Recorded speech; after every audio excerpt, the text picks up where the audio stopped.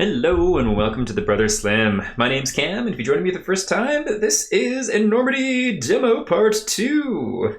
Took me a lot longer to get into it than I expected, just with illness and the holidays, but with Christmas in the rear view, a wonderful, merry, fun, exhausting time that it was. Got a little free time, so I figured time to dive back into this. I will say I haven't gotten to play since the first go, or I jumped in and did a quick couple of turns to see if I could remember all the rules, and it was a little rough, so we shall see how well I do. A couple things that I was misplaying last time.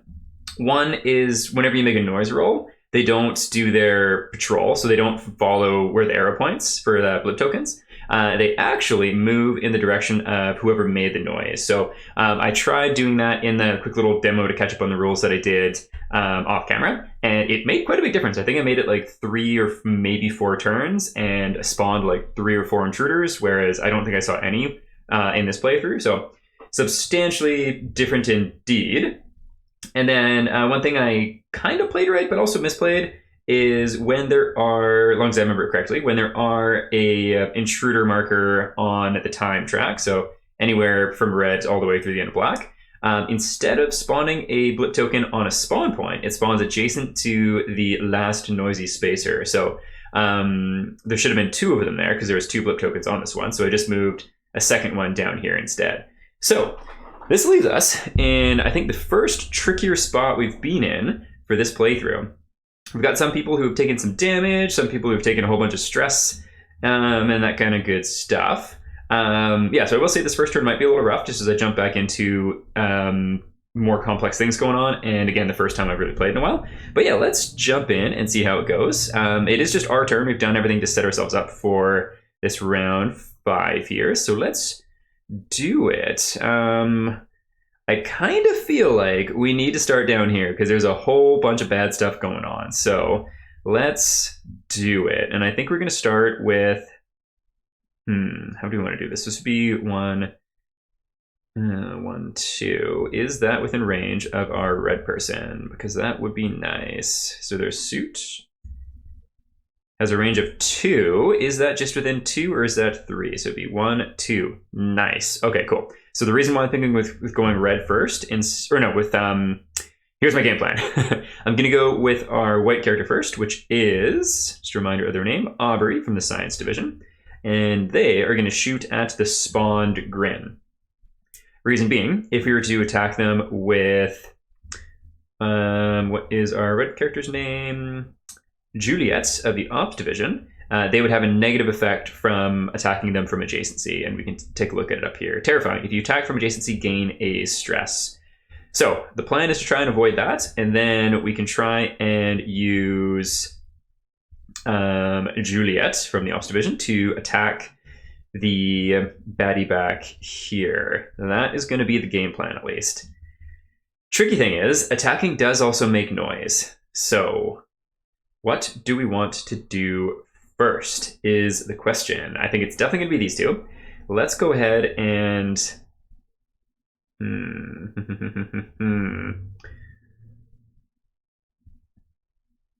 I think it might make the most sense to try and clear one of the blips away first. My thought process is if they were to attack, then whatever, there's a noise roll, but if we attack and make a noise roll, and we'd have to do a noise roll because of it, we don't want to have to accidentally move these 2.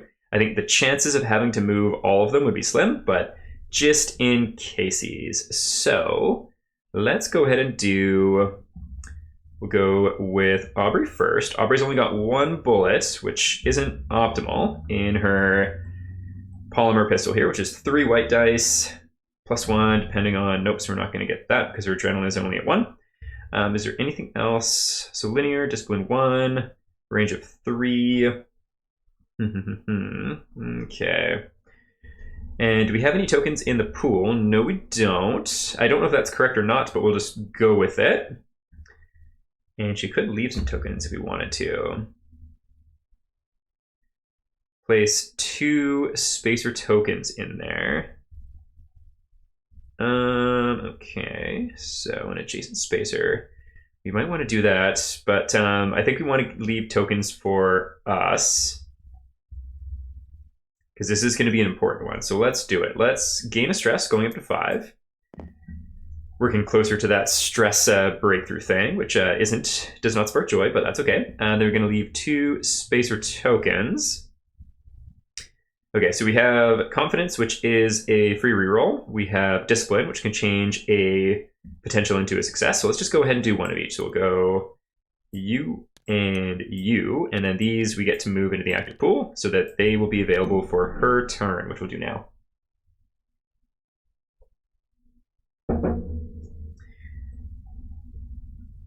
And how do we want to do this?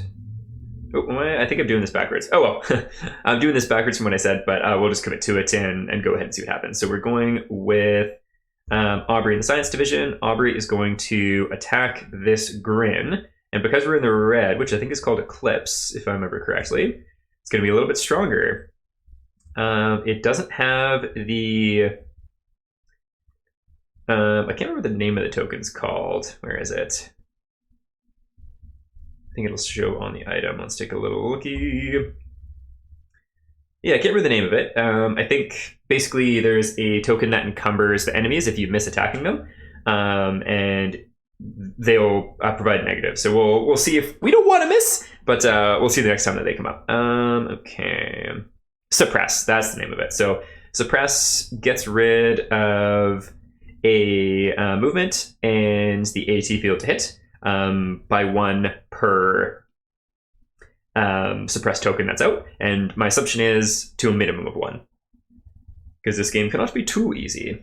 All right, so we've got some tokens, and we're going to do a scout roll, which does gain a stress or an adrenaline in doing it. So we'll go up to 2 adrenaline. Boom, boom. This means it will be able to leave more tokens now, which is good. And then her scout roll is going to be just a white dice. So we'll go ahead and roll this white dice, see what we get. We get a success. That's fantastic. So because of the tokens, if we wanted to reroll, we could. There's also a mechanic I forgot to use a whole bunch last time, where if you don't have any confidence tokens for a reroll, you can also gain a stress for a reroll as well. And then this one, discipline, is turning potentials, which are the circular poke symbols, into a success. So we don't need to use either of those right now, which is good. So we can save them for a future action. Okay, and let's see what this blip be. Do we want to do the top blip or the bottom blip? Let's go ahead and do the top blip. So we shall flip thee. Oh, a blank. Nice. Okay, so let's check that up in the corner there. Oh yeah, wow. So at this point in the game, which is round 5, we had only revealed 3 blips.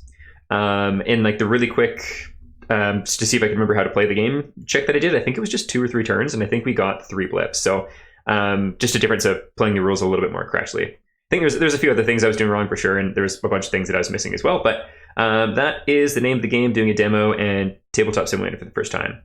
All right, so that is 1 action complete. So that would have been this to do so. So catch breath, rearm. Cool. So this card has been played. What else do we do? We have move 2, gain a stress. You know what? We're in kind of a tight spot. And I... yeah, never mind. I misplayed that entirely. So, oops, yeah, we're just going to commit to making ourselves in a worse spot here. And we're going to gain a exert token, exert card, which is this guy, to play another thing. And if I remember correctly, also, I think this is long gone, which is the day's condition from quite a while ago. So the exert means that we can play another card this turn. I think we also gain a stress from doing it, which does not spark joy. However, this means we can take another action. So we are going to attack here. And because we're doing the exert to do this, we don't need to gain the stress from the card here. Okay, so let's go ahead and attack this guy. And we're going to be looking for, I think, 4 to hit. Yeah, 4 to hit with our little pistol. It's only got 1 bullet left. Is that adrenaline or stress? That is adrenaline, so we don't have 5 plus adrenaline, so it is just going to be 3 white dice. Discipline 1 is a token that we get to leave from making the attack, and we will need to do a noise roll from this. So 3 white dice, and we're looking for 4 successes. Okay, so 1, 2, 3, and we can spend this for 4. In which case, we are able to eliminate this fellow. Bye-bye, Grin. Bye-bye. There we go. And so just some things to consider there. This gun is now out of ammo, so we'll stick that on top. We also need to make a noise roll, so equal to the blips that we have on the board. One thing first, though, from the Grin. Responses, the corridor fills with cracking. If there are less than 2 Grin or blips on the board, immediately spawn 1 blip. We don't need to worry about that. We got a ton of blips out. And then the noise roll. So we have 1, 2, 3, 4, 5, 6, 7. Just count that to be sure. 1, 2, 3, 4, 5, 6, 7. Indeed. So because we have only 6 white dice, it means we need to escalate isn't the term for this mechanic, but it is suitable at the top of my head. Basically upgrade the last one to the next multitude of powerful dice. So in this case, the 7th one is going to be a red one. So we have 1, 2, 3, 4, 5, 6, 7. So we'll go ahead and roll that one first just for fun, and then roll all these. And in this case, we're looking for as little potentials as possible, because each potential means someone moves. So we get 1, 2, 3 moving. You know what? I think that could have been worse for sure. So let's go, and this would be to the person that made the noise. So in this case, it would be Aubrey? Yeah, Aubrey, I think is the name, from the science division. So let's go ahead and do, you can move there. That is 1. You can move there, just kind of sneaking the way down. And I don't know if these turn to face the spacer or not. Part of me thinks yes, because then you end up avoiding the ones that are just kind of on the very edge of the map. But the other part of me thinks no, because the whole point of, let's see, where is it? I think it's in the rules. Spacer actions, so not there. Let's flip you over. I think it's to do with blips moved in the predetermined directions. On higher countdowns, converge on spacers. So the higher countdowns converge on spacers, and I don't think that happens now. I'll just check the rules really quick.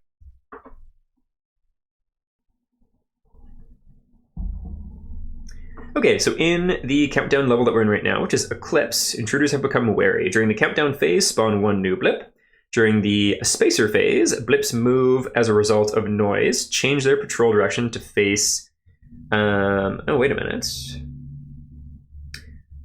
Blips moving as a result of noise, change their patrol... Oh, okay, cool. So, I think in the first part, which is the white, which is like the easiest turns, they don't turn to face you as a result of noise, but they still move to you. And then in Eclipse being red, they still move to you as a result of noise, the noisy person, but they also change their patrol to face that direction. So it becomes a little bit more honed and targeted. That's my assumption. Could very well be wrong. And I was wrong when I was playing it before regardless. So we'll keep playing it this way because I think this is more correct. Oh, there was a token underneath there. I don't know if it was still valid. Oh, no, it probably was because I wasn't able to kill it last time, but we were able to take him out anyway, so we'll put that back there. That's the suppressed token. I had it hidden under the miniature. Okay, so that is not necessarily the end of their turn. They've taken 2 actions and played this card twice. However, we can still move, and so I think we're probably going to do that. How do we want to move? We don't really want to gain any stress. We're not preceded or followed by another move. Okay, moving 1 isn't going to fly. Moving 2 with noise or fast reload. Do we have a token to do that? No, because we spent the other tokens. Well, that's not going to fly. What about this? Move 2, gain a stress, or spend an expertise to reduce stress by 1. That would also be nice, but we can't really do. Preceded by another walk, stress to gain 1 for your next melee attack. Okay, well, I guess we're going to move 2 and noise roll here. So let's move 2. 1 and 2. And then noise roll. Let's do this once more.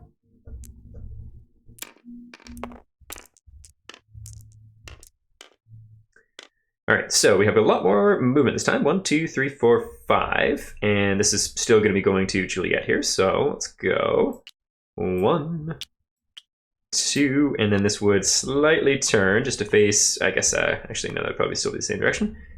So it was 1, 2, 3. Wrong way. 4 and 5. There we go. So some scary stuff going on all around. Okay, and then they could move one more time. In which case, I don't know if we would want to. I think we're just going to go ahead and end their turn there. Which is going to bring us to... Make sure you got the names right. Juliet in the Ops Division. So, because of this Exert card in play, we can only do 2 actions this turn. So hopefully I haven't gibbled them both by both doing this, but we'll see. So, we definitely want to scout this. Because let's see, it's 1, 2, and I think that is going to be our jam. Let's go ahead and do it. So let's flip this over, and our game plan is going to be scout. Catching breath would be nice, but I think scouting is more important as long as we do have a bullet in the clip. We do. Okay, so no ammo there. Only 1 ammo here. And then they're both going to be a little gibbled. Yeah, so I don't know if this is a great idea, but we shall see how it goes. On the bright side, the people that are going last are going to be up here, so they're going to be the last people to make noise, so any new blips will be up here. So. Alrighty, let's go ahead and scout. So this will be gaining a... tokens first. So we get to leave a discipline and expertise token. There we go, discipline and expertise left. Good stuff. And then this, before I forget, so we are gaining an adrenaline. So it goes up to 4. I don't know why, but ever since the first time I played, that thing takes a long time to actually move. And it's less easy to grab stuff. There we go. Alrighty. So, and we are scouting. So we got 1 white dice to make this happen. Looking just for a single success would spark joy. Oh, that is just a partial. So, do we want to gain a stress to re-roll? I kind of feel like it's important to get this thing gone, so let us, because we didn't even get a potential or anything, let's gain a stress to reroll.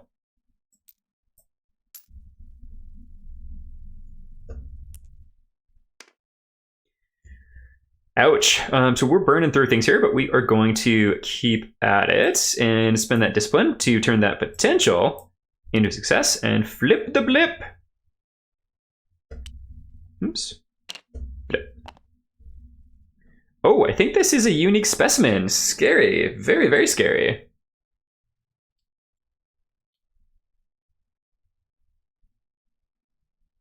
Yeah, totally a unique specimen. So, fun. We've had one placed on the board before. It's going to actually leave it there just so I know where it is. And let us shuffle this and we'll draw one. Okay. Let's just put it down here. And then some fun art. So we get the Ceiling Scuttler, Grin Unique Specimen. For anyone unfamiliar, so unique specimens are this exact same critter, but with some various new fun effects. And they had a deluxe add-on in their crowdfunding campaign where you could get a box of miniatures of all of the unique specimens, which is so cool, but not in my budget for sure. Okay, so it gets +1 to its AT field, so it's going to be 5 to hit, which stinks. And then it's also got a passive of lethal. Let me just look up what lethal means. Lethal, during intruder attack, treat all potentials as successes or power. Terrifying. So, yeah, Ceiling Scuttler is scary stuff. So what we'll do for it, since we don't have the unique sculpts, is we'll just attach it to this guy. And we'll put it anywhere adjacent to here. I think we probably want it here, because the range is going to be 1, 2, 3. That should be good. Let us double check. With the dumb polymer rifle, range of 4. Yep, so that's good. And we got the 1 ammo. Scary, scary, scary stuff. We'll get rid of this token. Chuck it up there.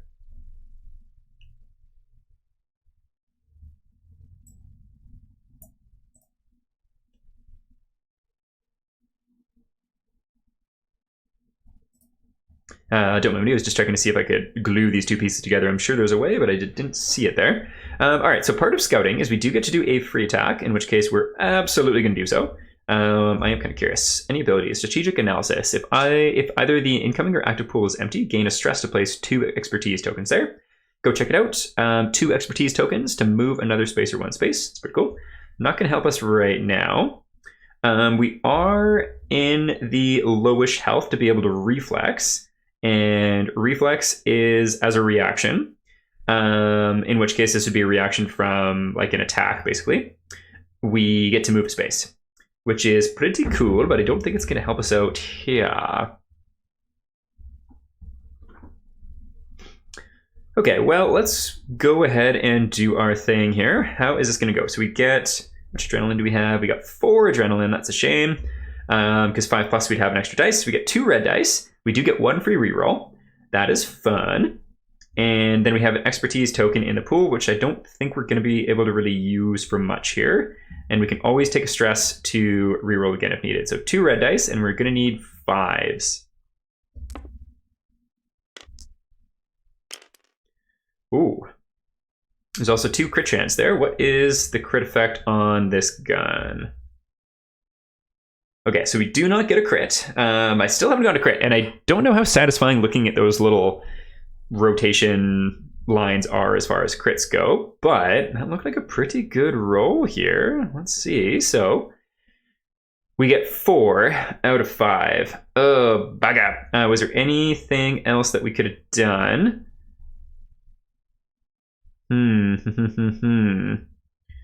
2, so 4.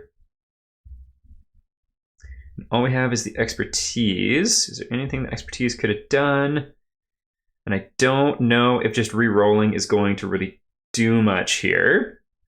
But I mean, we got a free reroll. We might as well do it just to see what happens. And we only have the 1 ammo left here anyways. So if these are 2 the exact same, I'm worried that this is the best result though. But let's go ahead and roll. Yeah, so no diggity. We get to leave suppressed though. In which case, it's going to be 2 suppressed tokens. So we'll chuck that there, just to show that this weapon is now out of ammo. And we place you on top. There we go. And 2 suppressed tokens.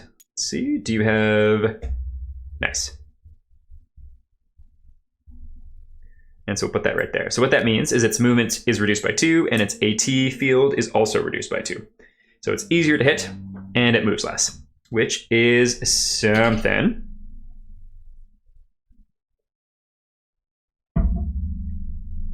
So what is that going to make its movement? Bringing its movement down to 1, which is pretty awesome, actually.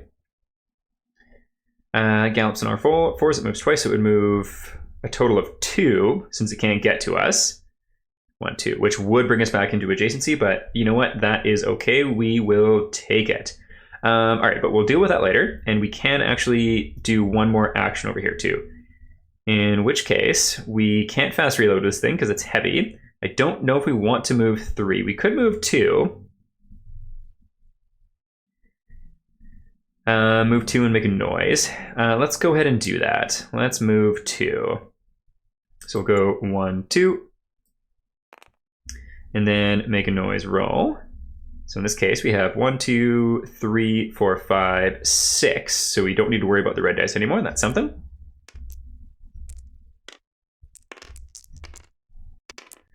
Okay, so 1, 2, 3, 4 on the move, and they are chasing after this last person to go. 1, 2, and this one will actually rotate a little bit more that way. And then you, we shall rotate up that way too. And you'll also go to there. That's 1, 2, 3. And then one more. Let's do you. Okay, so these two are all completed. Again, fingers crossed, this turn will take the longest out of the bunch, just as I'm reacquainting myself with the rules. I'm a little worried about these two. We got a whole bunch of gribbly aliens coming their way. They're both a little bit wounded and very stressed out. Adrenaline's running high. And they're both kind of exhausted from the exert action, which we need to get rid of. Excuse me, if we want to be able to do 3 actions again. And their guns are both out of ammo too. So yeah, fun times. Alrighty, Roo, let's jump up to Isaac Brahm, the scientist, and Big Papa, the Swedish soldier fellow. Okay, so I don't know if we can scout things off the map. Like if it's in the black space. I'll look it up really quick. Hang on. Okay, so I just read through scouting, and yeah, it says long as someone's eligible, so within range, which in our case is, I think, range 2 or 3. So by just reading that, it makes it seem like you should be able to scout this one, for example, but it also isn't in line of sight, and it's off the board. So part of me makes me feel like that is ineligible because you can't actually see it. And so if we were to scout it, it would be our light going through the walls, and then we'd have to spawn it over here, which just feels kind of gimmicky. So I think if someone has the correct ruling on it, please let me know. But for now, I'm going to play that I cannot scout these because they're not in a eligible field of vision for me. If I'm incorrect, please let me know. And yeah, that would be good. That would be good. So if I remember correctly, we got to here and we weren't able to use the thingamajig here. So let's go ahead and do that now. This is going to be our... at the end of this turn, I also forgot. So this would be leaving some tokens. Expertise is going to come over here. And I wonder if we get to flip this thing. Okay, so we got 2, 4, 5, and 6. Is that what we needed? Yes, indeed there are. So let's go ahead and flip this guy and see what we can do with this. Morpheus Protocol. Recover 3 stress. That's awesome. Deactivate when you use last charge. Immediately flip this card. Okay, so it looks like there's 2 charges. And so we get to lose 3 stress. Which is pretty sweet. You know what? Might just go ahead and do that pretty much now. So let's just put that there. And then this way we know that we've got 2. And then these 2 I shall remove.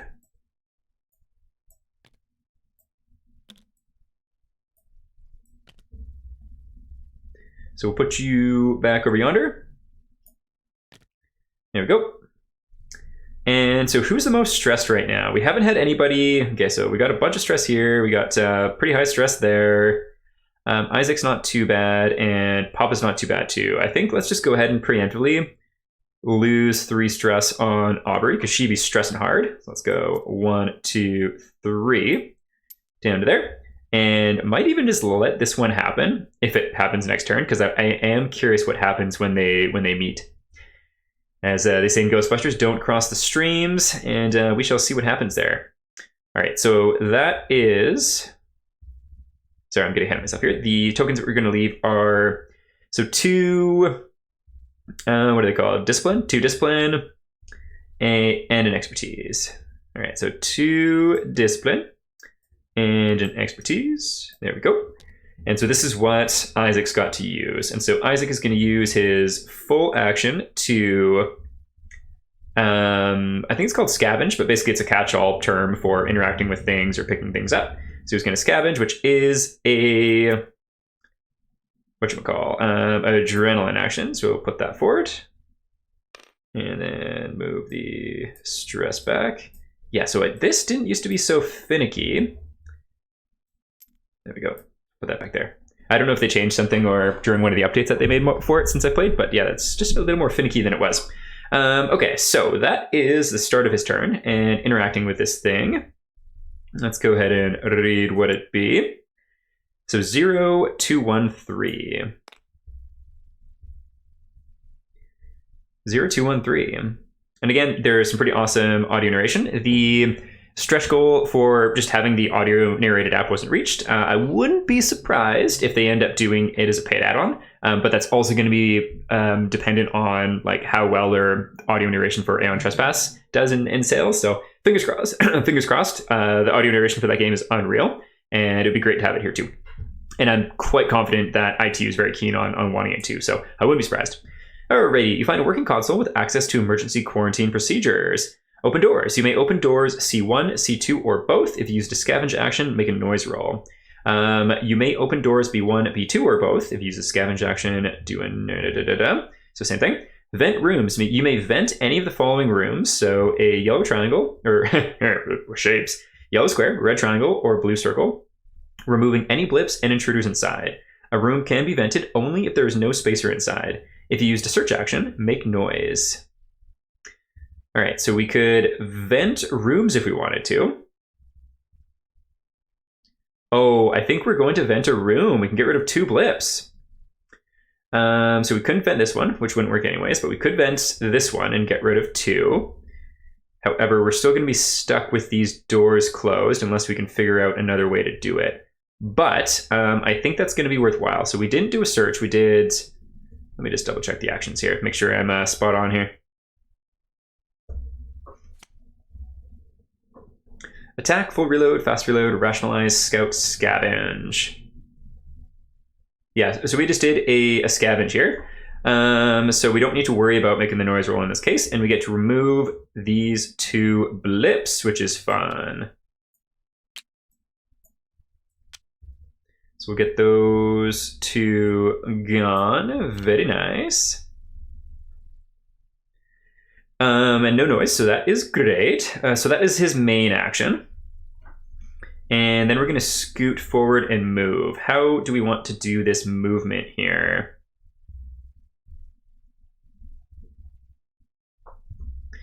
So move 2, gain a stress or expertise, reduce stress by 1. Move 3, or if preceded by another walk, gain... Okay, so I'm not really keen on that. Fast reload we can't do because I think his weapon is heavy. And we've already done the main action as well. So I'm kind of thinking, let's just go ahead and do the gain a stress and move 2. Oops, so here I am going too far ahead here. So it's going to go 1, 2 to there. And that is a stress also. So we'll bump his stress up by 1. There we go. What was this thing again? You may use this Xenoscript during extraction runs or excursion. Expertise to immediately discard 2 radiation tokens. So pretty cool.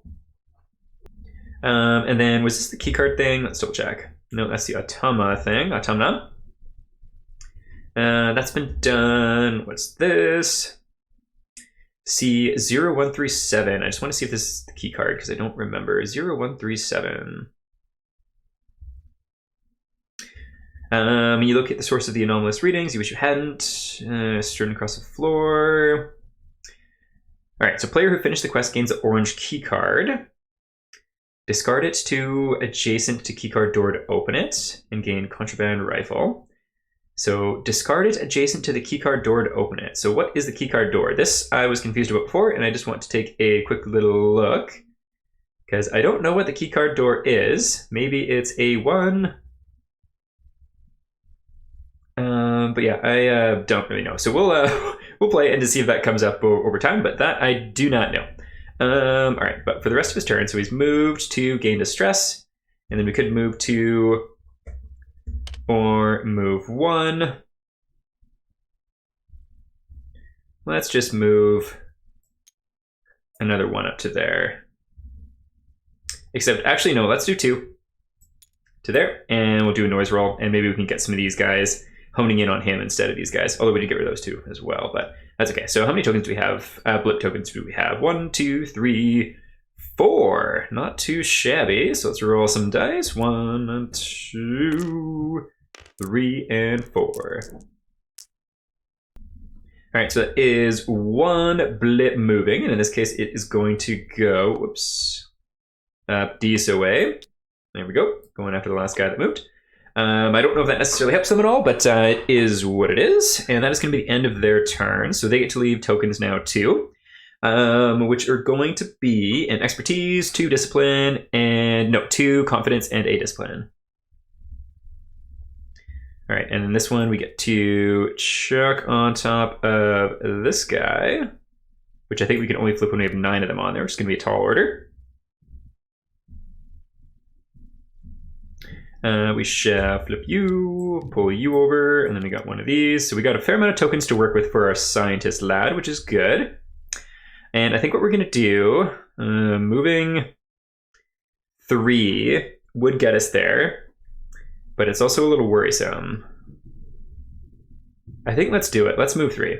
So 1, 2, 3. Then we'll make a noise roll. So 4 dice once more. Go 1, 2, 3, and 4. And we have 2 blips moving. So let's turn you up there. So you move 1. And then we got 1 more moving here also. Let's do you moving 1. There we go. I guess technically that maybe I should have gone there. Cool. And then the third action, we could do a quick scavenge, or we could raise his adrenaline. What is his adrenaline at? He's actually quite high, and I think he dies if that goes higher. So let's go ahead and use a token to fast scavenge. Fast scavenging, I think it might be a little bit overly complicated. And reason being, basically for fast scavenging, you can use it to pick up gear caches, engrams, or consoles. But for each one, it's a different token, and it just feels like it'd be a little bit more seamless if you could just use a token of your choice. I don't know if that's just arbitrary difficulty or like what the thought process is behind there, but especially when you need to use more tokens of each kind, depending on how far into the game you are. And I feel like it's just like needlessly crunchy.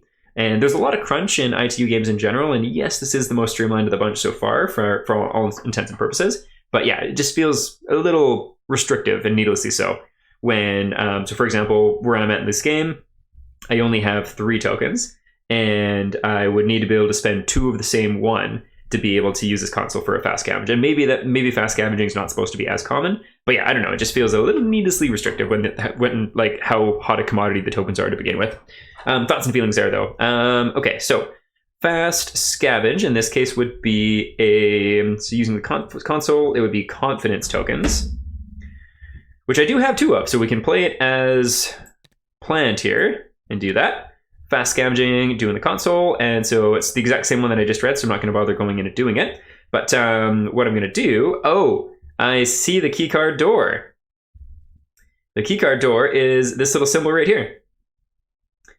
And so that would be him. He could go in and just open that up for free if he wanted to. So that's fun. I've got mixed feelings of all of the things on the map. Like in one, it's cool that everything on the map is already laid out for you there, but they're not necessarily super clear and easy to see with all of the cool art and everything else that's going on the map. So yeah, mixed feelings on that. It took me literally 3 hours to actually notice and catch what that was. So there we go. And it is kind of hidden behind the door. Part of this is Tabletop Simulator though. It might be easier to see in person. Alrighty, Roo. So that's kind of useless to us because we're just going to go ahead and open both these doors. Or do we even want to open this door? Should we just open this one? There are things to pick up over here though. You know what? Let's just open this one. Actually, I'm going to read it really quick, just in casey. So C1 or C2.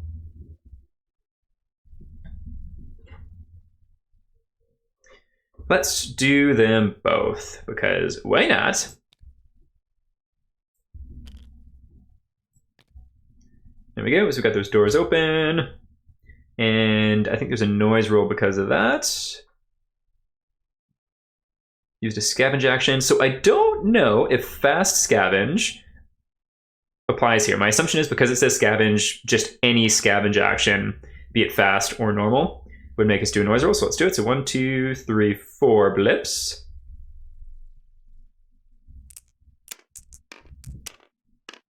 So 1, 2, 3. So 1, 2, and 3. A little bit scary there. And then that would actually turn to face him too. There we go. All right, and I do believe we have one more move. So let's go ahead and do it. We've already done the move 3. It's going to look at this card because they're all the exact same anyways. He does not have a fast weapon, I don't think. He's got 1 ammo left. Oh, we could do a... Oh, no, it's just a single ammo thing.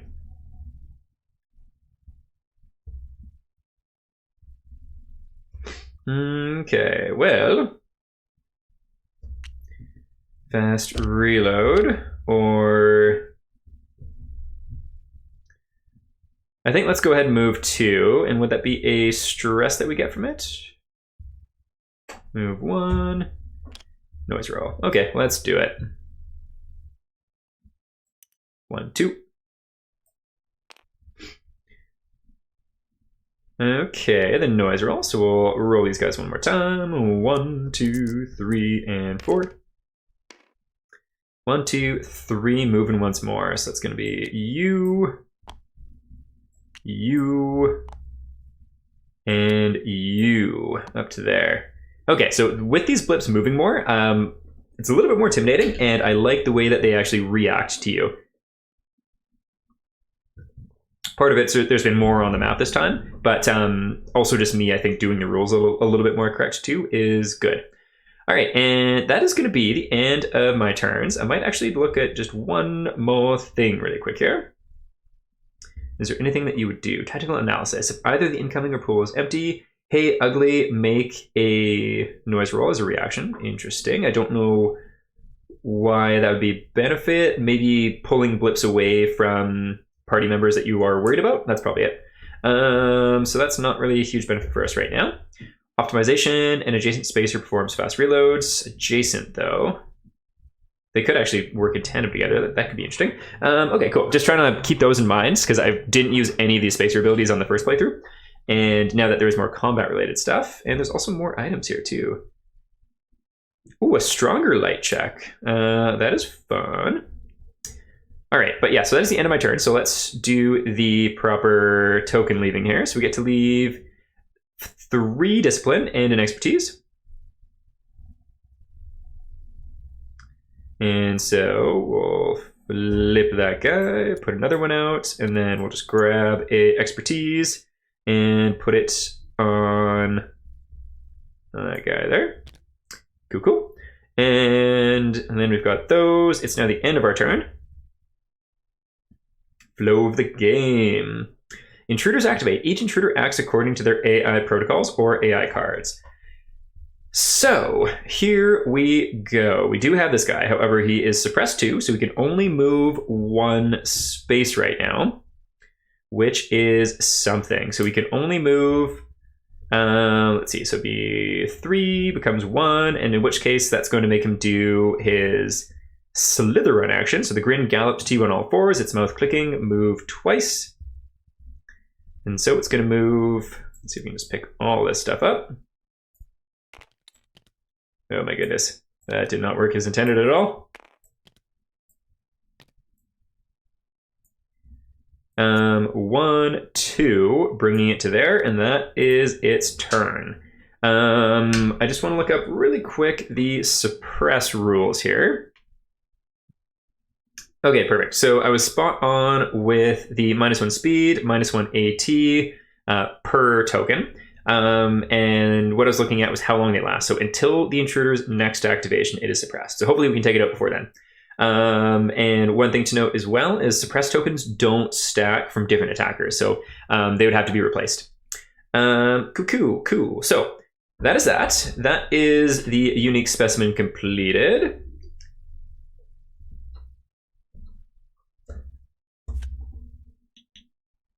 Blip patrols. Well, let's go ahead and do the blip patrol.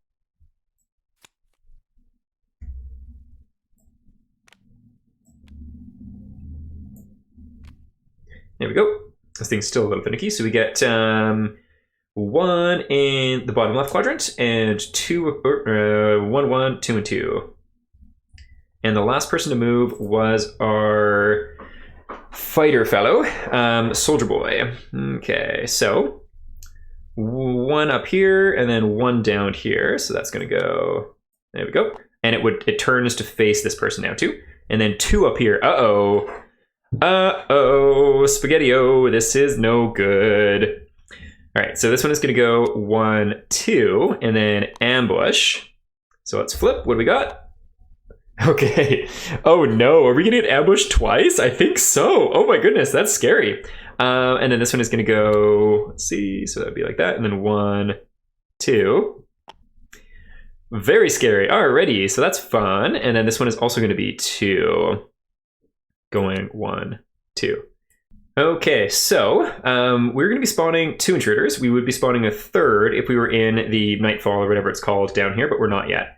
All right, so let's get rid of this, and we'll chuck it up over yonder, and spawn 2 Grin. So they need to be adjacent to where that thing was, so basically here or here. Let's put 1 there, and then we'll put the other one in proper adjacency. There we go. And I just want to check one more thing. Basically just want to see... Yeah, so they get to ambush me and attack. So Soldier Boy is in for a tough go here. So their parameters are closest spacer, black snap. If the target is adjacent, the Grin's neck splits straight across, revealing an endlessness of teeth. So the first one's going to be doing that. And then closest spacer, scuttling bite. If the target is in movement range, the grinning thing leaps at you frantically and bites you in the shoulder. All right, so as far as targeting goes, we obviously have the one that's adjacent. So this one is going to attack Big Papa. And then this one is probably going to, I don't know, it's going to move it there and attack one of them. Let's decide right now. And then maybe we'll roll a dice actually. We'll say, is there a D10 here? I thought there was a D10 somewhere. There is this a D10? Are you D10? Yeah. We'll say 6 up. It'll attack Isaac, and anything below than that, it'll attack Big Papa. All right, it is attacking Isaac, so good stuff. Alrighty, Roo. So 2 reds and white. One thing really quick, I just want to see if there's any items I have that might do anything here. What is you? Okay, worn. And do I have the opportunity to do any... I don't see any opportunity window to do reactions here. So, yeah, I don't think we get to do any reactions. Bugga, so that's not going to be able to do anything. And then does Isaac have any items that might be able to help here? Overcharged headlamp, no. And standard multi-tool, that's just to attack, no diggity. All right, scary town. Well, let's do it. So a white and 2 reds. I'm just going to reroll that. It was kind of a funny flip. There we go. Alrighty, so that is going to be 1, 2, 3 vitality on Big Papa. And I don't think Big Papa has any like shrug ability or anything. Hey Ugly, or the suit is a reflex, but again, there wasn't any. So the reflex symbol is the one just to the left of the expertise symbol sign, and reflex in the text there.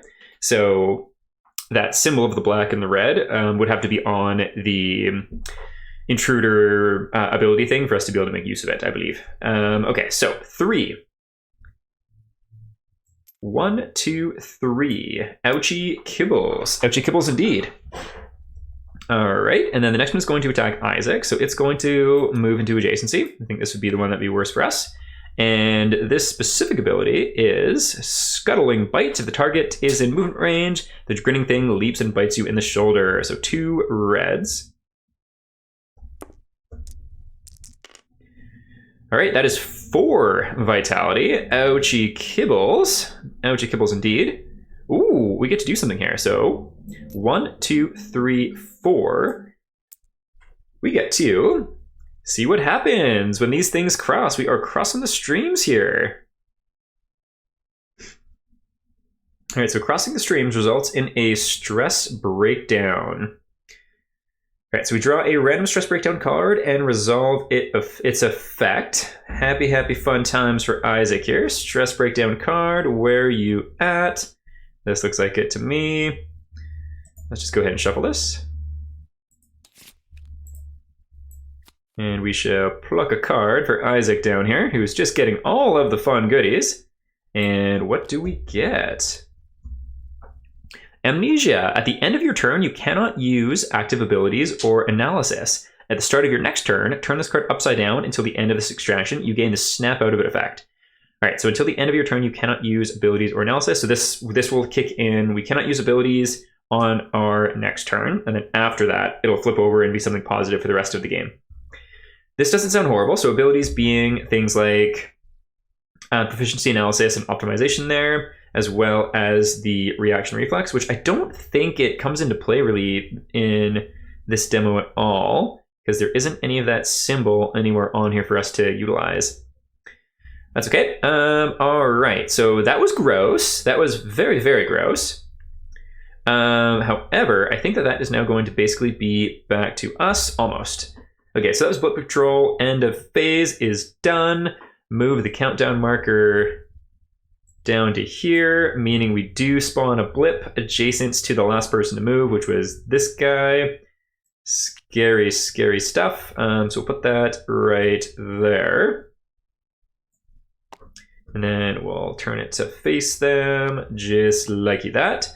Scary, scary, scary stuff. And I think that's basically us. Back to us. No discovery tokens, no extra blip tokens. Oh, oops, never mind. I'm doing it wrong. So specifically, if there are blip tokens or intruders on the current track space, resolve them, spawn them adjacent to the spacer.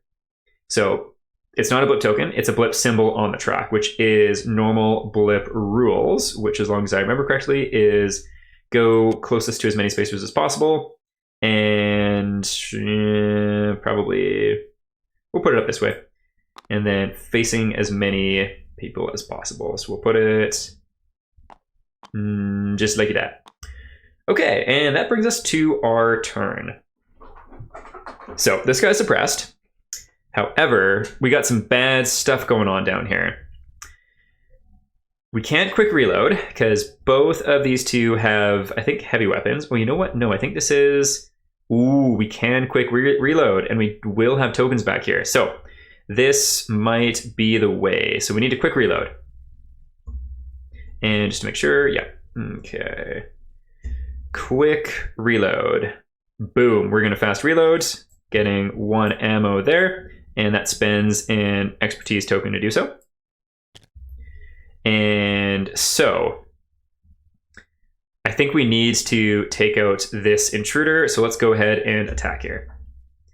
All right, and to do this, we need to put that up again. And this being the, specifically the attack. So let's do this. 3 white dice, within range 3, which we are, and it's got 1 thingamajang. Let's do this here. So 3 white dice, and we're just looking for 2.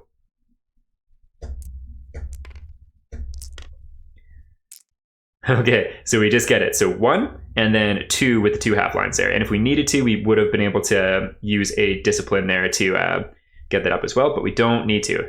So just like that, the evil grin down here is removed from play. We will need to make a noise roll too. So we'll chuck that up over yonder. Okay, so that is good. And now this gun is back to being unloaded. And then noise roll. So 1, 2, 3, 4.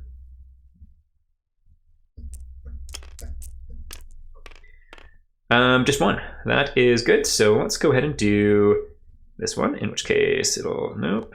So this little bit is a little fiddly in the demo, where it'll be much easier in person, because you just rotate it as you pick it up and such. The TTS is really cool. It's obviously a little bit less hands-on and tactical than playing in person. And I think some things just end up feeling much more fiddly because of it. But sweet, that was a great success to start the turn. All right, so they've done that. Is there anything else in this room that we're really keen on getting? Oh, I should be looking at and seeing what those things do because I've totally forgotten about them. We are also adjacent to our red person here. And is there anything that we want to do to help them out? I'm not a medic, gain 2 vitality. I think let's go ahead and do that. Is there anything that I need to spend to do so? An expertise, which we do not have. Was the other thing something like that too? Yeah, so that's not gonna fly, which is too bad. All right, so we've done that card already. What about this one? What's her stress at? Their stress is pretty low, so let's move 2 and gain a stress. 1, 2. And actually, just one thing really quick. What do those things do?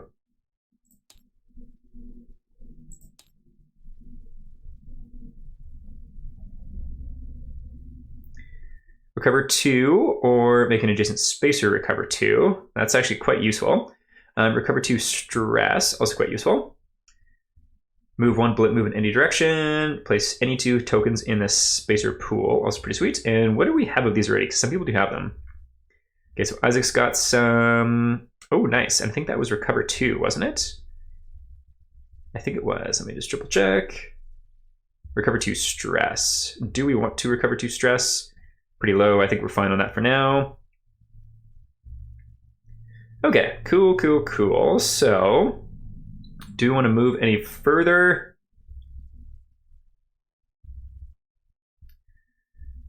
I think that is everything for their turn. So what we'll do now is clear the spacer pool and leave the things that they can leave.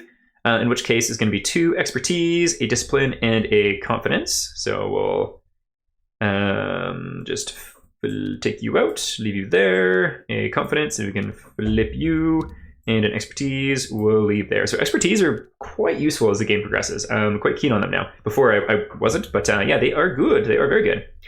All right, so that is going to bring us to who do we want to act with next?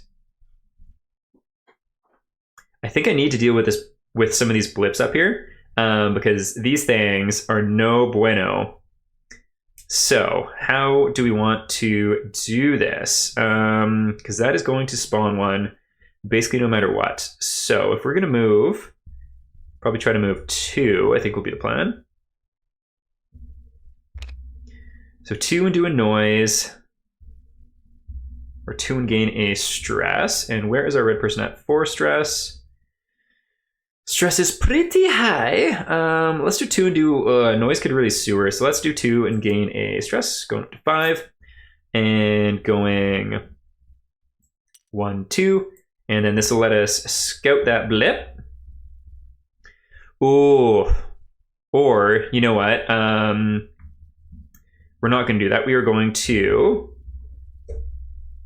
catch breath. And so what catch breath is going to let us do is get rid of this exert card. There we go.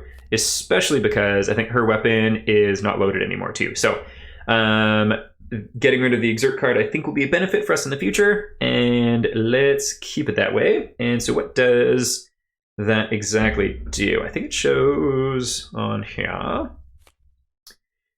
Scavenge, scout, rationalize, reload, attack, catch breath. Resolve at the end of your turn. Discard 1 plate, exert, and lose a adrenaline. Don't necessarily love losing the adrenaline, but that is the way of it. So there we go. And so then we could move again if we want to, but I don't know if we do because it's just going to cause trouble with that blip. I am worried about that though. Well, nothing to do for it. Let's see what we can do with these blips up here. So, we got these 2 baddies, which is a little bit scary. And what effects do these weapons have? So, this weapon only has 1 ammo. Fallback 1 could be really useful though. Discipline 1 as well. So we might go with Soldier Boy first, or... Oh yeah, his weapon is out of ammo. Let's see. So it has 2 ammo, heavy, devastating. You know what? Contraband rifle sounds sick. We are going to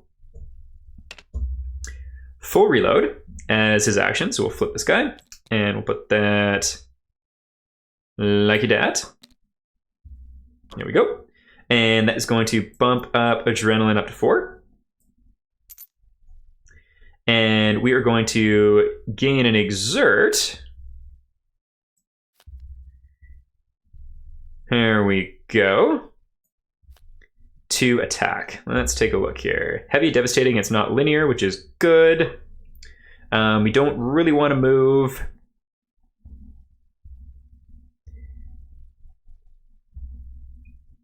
Heavy, devastating.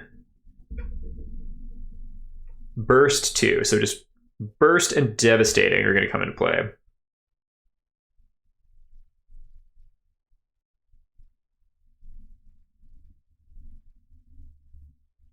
So burst, this weapon can affect more than one target with a single attack. And devastating, if you roll a crit quadrant on a die, crit quadrant is hard to say, you may roll an additional die of that color, which is pretty cool. So we're going to use burst to be able to attack both these guys using ammo equal to the weapon. So we're going to be able to attack both of them. And noise roll is equal to how many tokens are on the board plus the bullets you use. So it's going to be +2. Let's do this. So we're going to immediately flip this over, put it back on top of the rifle, and our science guy with the contraband rifle is going to first attack the one adjacent to him. So let's take a quick look at the rifle once more to see what we're doing here. How much? You got 4, so that's not going to work. So range 4, that's fine. It's going to be 2 red dice. And we will have a discipline and confidence token per attack here, which is pretty cool. So let's do this. We're looking for 4s. Amazing. So we get a... Oh, nice. And we do get a crit quadrant. That's really hard to say. So we would actually get to roll another one here just to really push for a crit. Let's see if we do. No, I don't think that'll be enough. Let's just take a little peek just in case he's... no, 1 shy of getting a crit. But we do destroy this fool. Something happens from attacking him in adjacency, though. Terrifying. Gain a stress. Okay, Isaac. So you are feeling a little stressed. Can we just move the HP? There we go. All right, so they've already crossed, so that's fine. And the amnesia is okay because we haven't done any abilities yet. We've just done usual actions. All right, and then we're going to do the next attack on the other one here, which is just 2. But if we get a crit quadrant, then we can roll another die. Oh, so we do get to do a reroll here, so we shall reroll this one for free. That's from the weapon itself. Ouch. Well... Oh, so that is not going to be enough, unfortunately. What tokens do we have in the pool? We do have another reroll, so let's go ahead and do it. Ouch. Ouch, ouch, ouch, ouch, ouch. Well, yeah, that sucks. That is going to be a miss. Too bad. So this guy's still here. Dang, that's a little tough. That is tough indeed. Well, noise roll time. So it's going to be 1. This guy's gone. Let's just get rid of him before I forget. And so we have 1, 2, 3, 4. And then it's going to be 5 because of the... 6, actually, because of all of the dice that we... Or ammo that we used. So 1, 2. So it's definitely going to be this fellow. Going 1 and 2. There we go. All right. And Soldier Boy's turn. Fingers crossed this works out how I hope. All right. So he is going to attack from adjacency. So he gains a stress. This is going to cause him to have a bad thing happen. Actually, before I forget, let us rotate this guy and just see what effect he has now. Oh, wait. There we go. What? Snap out. I don't know why that wasn't showing there before. You may move one token from the active pool to the incoming pool. Interesting.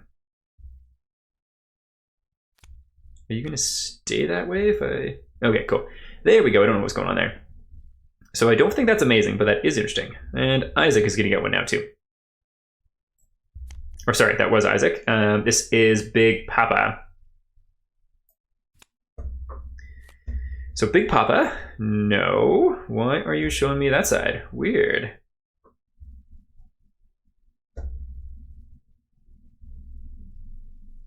Psychosomatic disability. Until the end of your turn, you cannot leave spacer tokens or perform the scout action. That's a little bit worse, because scouting was what I was hoping to be able to do. But actually, no, never mind. That's not too bad. We are going to attack with this fool. So, fallback 1 is what we're pretty stoked on. So ammo just 1. Let's roll 2 white dice, getting +1 power. Again, we're looking for 4. Oh, one thing I forgot. So these tokens are gone. This one we get to add to that pile. So we got 3 there. And then Isaac's tokens allow us to leave 2 confidence, a discipline, and a expertise. Oops. So we'll flip you. No, flip. There we go. And there we go. So I think I'm just going to re-roll. I don't know if I rolled or not. So let's just go ahead and do it again. So making our attack roll, we're looking for 4. We get 3. +1 from the weapon itself is 4, which is good. What was the crit quadrants here as well? No ability to crit on this one. Interesting. All right, so confidence, discipline 1. So I think I've always been forgetting to leave tokens from the actual attacks in, so that's my bad. So we'll move a confidence and discipline 1 into the incoming pool. There we go. And we didn't need to reroll, so we still have all of these active, which is good. And we destroy this guy, but we do gain... Oh no, we already gained that already. There we go. And we have 1, 2, 3, 4 blips there, so we don't need to worry about summoning another blip. And is there anything else to use from this gun? We'll put that there so that no need to reload it. Fallback 1. Fallback 1 is going to be important for us here. So what makes the most sense would be 1, 2. I think let's just go there. So fallback 1. Nice. Nice. And then there probably is a noise roll from this weapon, I assume. Let's see. Yes. And so that's going to be 1, 2, 3, 4.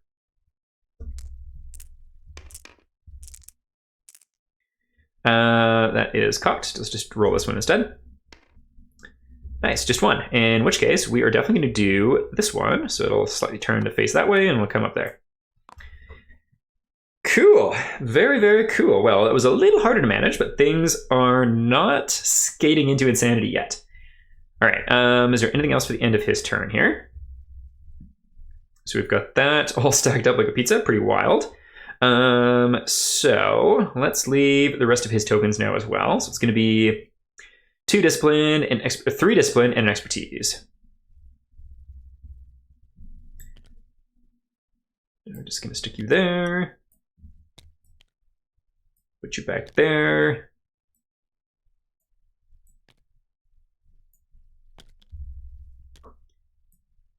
And there we go. So this is the active pool for the next person, and this is getting chucked over on top of that one.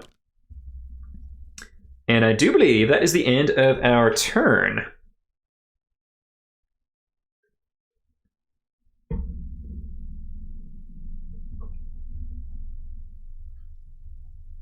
In which case, let us see what's next. All right, spacers can take their actions in any orders. Intruders activate. Each intruder acts according to their AI protocols. So we don't need to worry about that. We don't have any on the board right now. Blip patrols. So this I'm a little bit worried about. We shall see how it goes. You do your thing. You flip.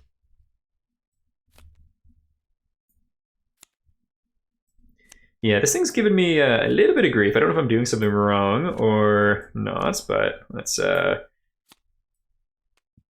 just pick them all up and grab the top one. There we go. Okay, so 2 everywhere except bottom right, which is just 1. And our last person to go was Big Papa here. So bottom right moves 1, which is a lifesaver, because that one's not going to go. And then this one's going to go 1, 2. This one, though, and this one. So 1, 2. This one is going to get into adjacency, so it's going to move to here. And then we shall flip it. Ouch, we're getting 3 intruders from it, which do get to ambush. 3 enemies that get to ambush me at once, which is low-key terrifying. And how much health does our soldier boy have right now? He's taking some hits. He's down to 5. I wonder if he's going to get KO'd here. Uno moment. What other items do we have? What does this do? So this is a reaction to warn.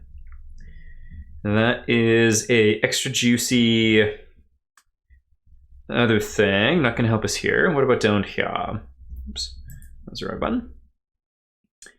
Lower a blip's move by 1 as a reaction. Oh, interesting. Interesting. So I think I might be misdoing these a little bit. So in this case, I think you can do a reaction, except I don't think there'd be any specific area where you need to like have this reaction symbol in play, that black and red thing beside the expertise token.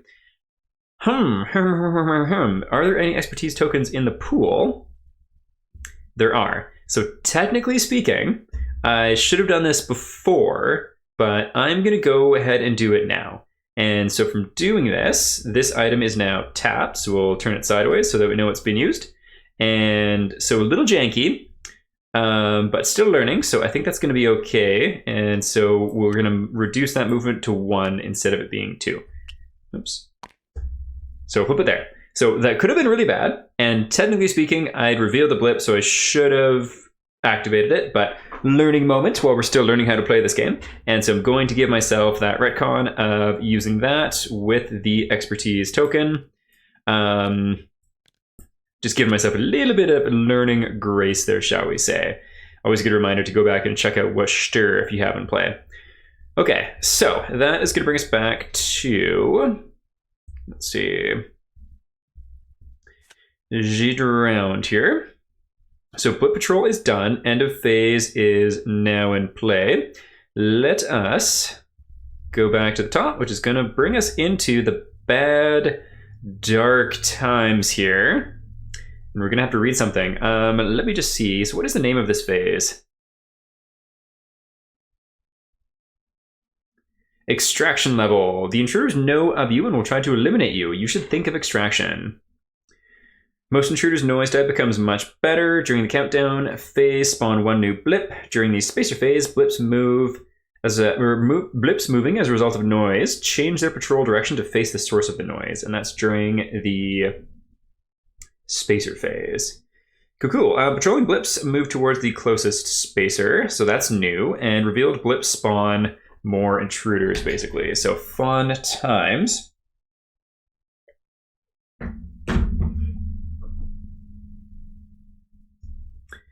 One thing I just want to check.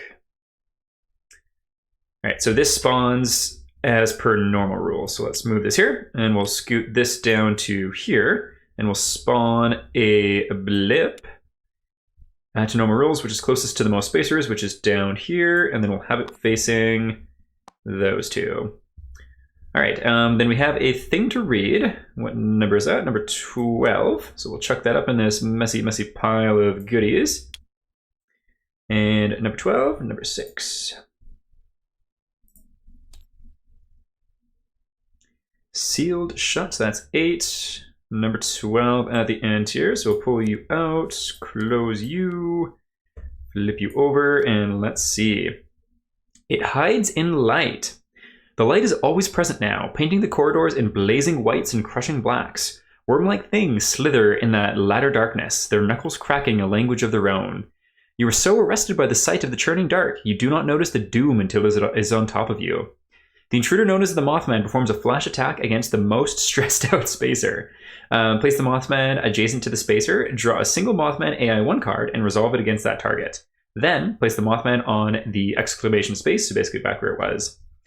Alright, so who has the highest stress? We got 5 on Soldier, 6 on Isaac the Scientist.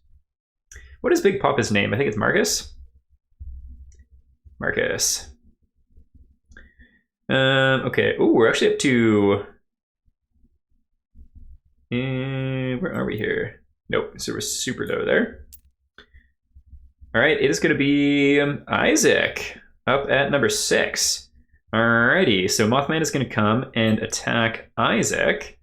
We'll stick him right there, and we'll turn him, oops, turn him to face them as well, just for the thematic nature there. And resolving an AI1 card. Alright, so we'll grab one of these, and I'm just going to bring it down here, just so it's a little bit easier to manage. We'll put it up here. And what do we get?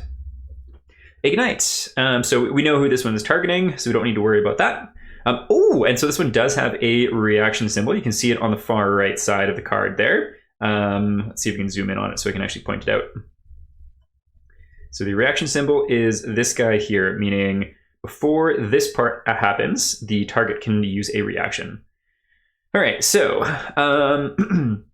if 5 plus stress, radiation 1. The Mothman raises its left arm, and a brilliant light engulfs it. All right, so, and radiation 1. Is there anything that we can do here to escape? So we can reflex, and reflex means move 1 space, if I remember correctly. So, would that save our bacon? I think it just might. Let's see. All right, so target. Oh, shift shoot.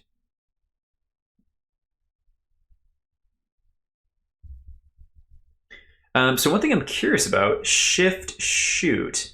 That means, oh, interesting.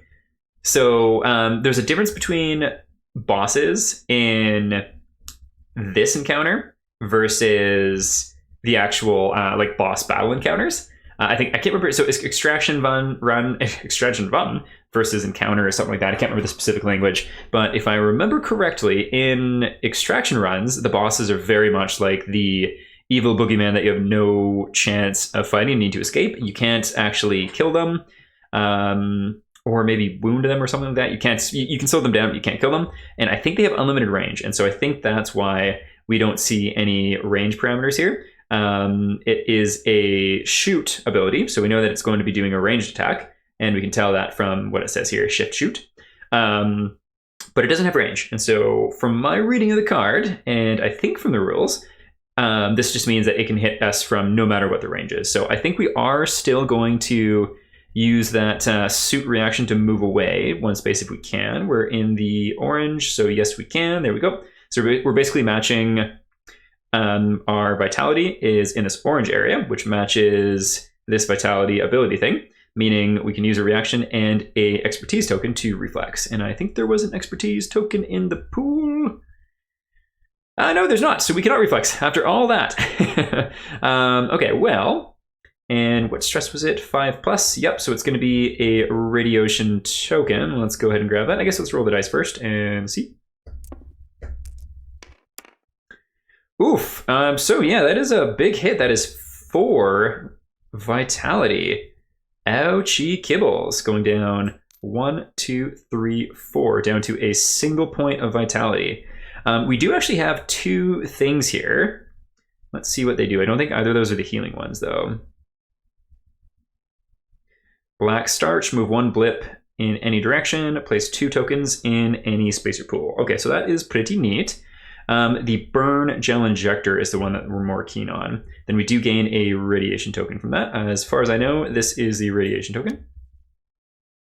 So we'll put that with Isaac. He is starting to burn up. we can actually get rid of that if we want to, but I don't think it has any ill will right now. And then after the attack is Lure 1. And if I remember correctly, I'm just going to look it up really quick, but I think Lure 1 means anyone within range 1 is pulled 1 square towards the boss, but we'll look it up. Okay, Lure 1, move the target of the keyword X spaces toward the source of the keyword. Okay, so because we're already adjacent, it's not going to do anything because we're already adjacent with it. And it was specifically the target, in which case it was Isaac. So scary, but he's going to go back to his little nest egg right there. And we'll get rid of this card. So we'll just chuck it up over yonder. I'm not too concerned about it. Cool. And I think, let's see, was that the end of that one? Yeah, then place it back there. Okay, so fun times. We are in the end game now. Things are not looking great. Not looking great at all. Let's see. So an adjacent spacer may perform a fast reload. That does not help. Does not help indeed. And so they both have the exert token still in play, which we don't love. Papa Bless's thing is, I think we're good to turn this around now. So we'll do that.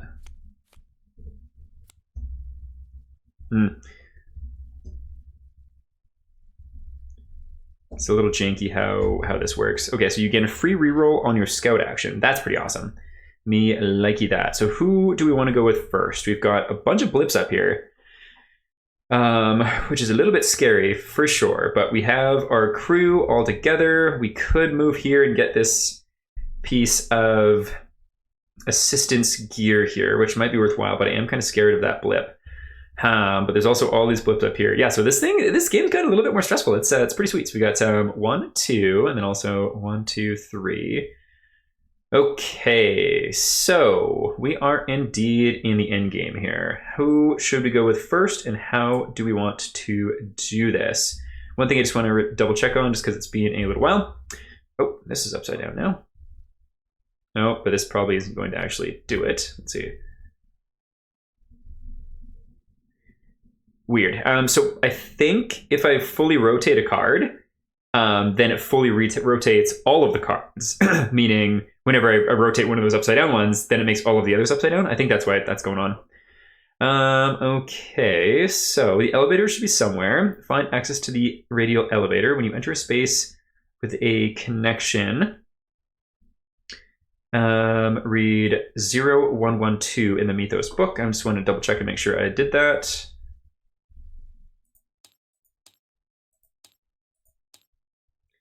Zero, 1, 1, 2. Okay. Yeah, so we did that. And connect it. Show the diagram below.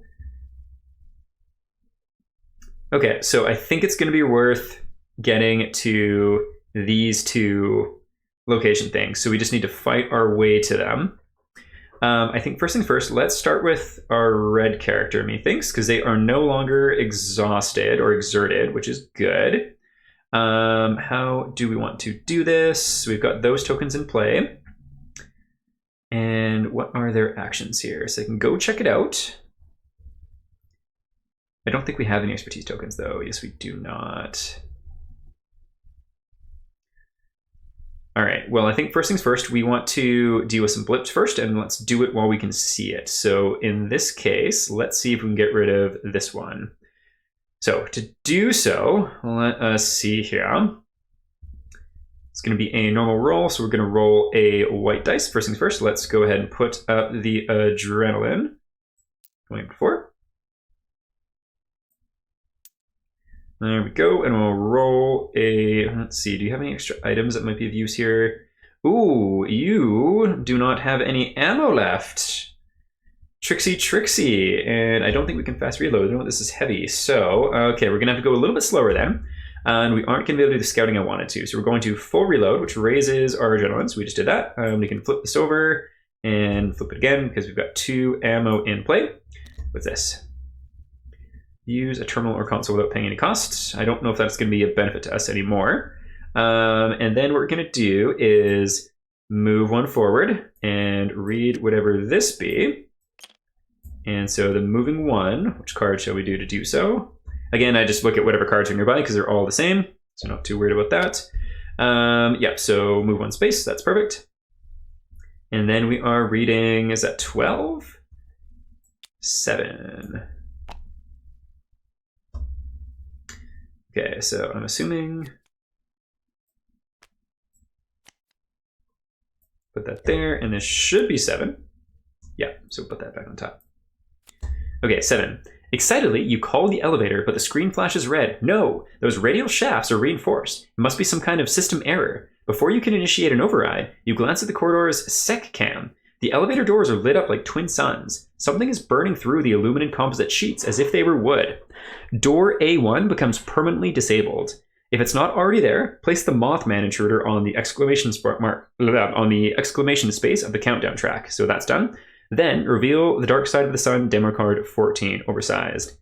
Okay, so this elevator is no bueno, and it sounds like Mothman cometh. We put that right there, showing that we cannot use that door anymore. And I think it's only the 2 cards here, so 14, and we flip this guy over. Here we go. Yeah, see, now it's showing upside down there. Weird. Okay, so Escape the Dark Furnace. This card replaces Flashes in the Dark scenario card. Main objective, escape. Extraction through the auxiliary strut. Extract through the auxiliary strut before you're overwhelmed. Take sticker 3 and affix it to space C3 on location SR2. Okay, so sticker 3 and C3, so it would be 1, 2, 3, and then it would be A, B, C. So C3, there we go, that's how we get to that. And if we're playing the normal game, we could move, well, we can move these things right now as well, but we don't really need to because it's pretty easy to figure out. But these are elements of the game that you can move around to make sure that you're putting them in the right spot. Sticker, click only when instructed to do so. Let's read the rest of the card first.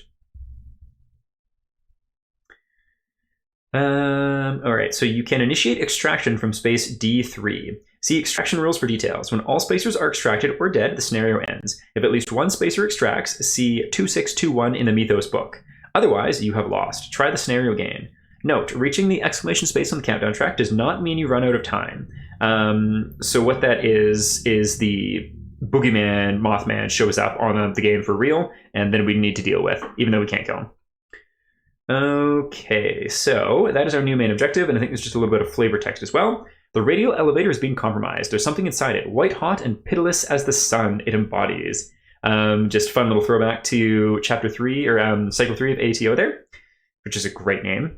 There is an alternate escape route, a long climb down a ladder through an auxiliary ring strut, taking you to one of the abandoned solar energy batteries. But you need to hurry, the thing is almost through. Cool, very cool.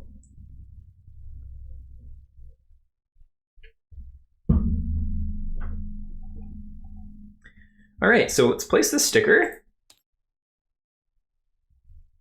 Let's load it in, and that is where it can extract from. And sweet Dolly Parton, Jesus Murphy, we are 1 square away from it. That's awesome. I'm gonna check the rules right now. I believe for extraction, you need to either use like a quick scavenge or a scavenge action to start it. And then you need to last as many turns as you have people left. And I think only after you've lasted that many turns can you begin to actually leave. So I'm gonna look it up right now just to confirm, but I think that's the case. Okay, here we go. So initiating extraction. Once you're adjacent to the space, you can use a fast scavenge with a confidence token. So in this case, we'd have to spend 3 confidence tokens or a full scavenge action. When you initiate extraction, several things happen. First, plus X exfiltration status tokens on that extraction point, where X is the current number of surviving spacers. We currently have 4. From this moment onwards, at the start of each spacer turn, discard 1 token. Oh, each spacer turn, that is much better. Discard 1 token from the extraction point. As soon as you discard the last token, the extraction point becomes a board space reachable from any adjacent space. Any spacer who ends their movement on that space extracts safely.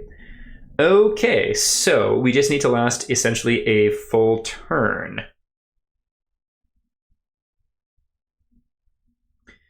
Cool. We just need to get right beside it, which we absolutely can. That is good. That is good.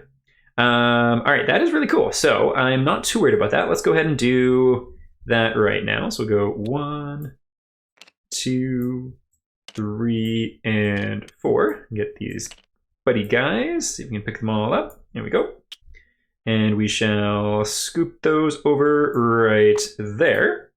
Fun, fun, fun.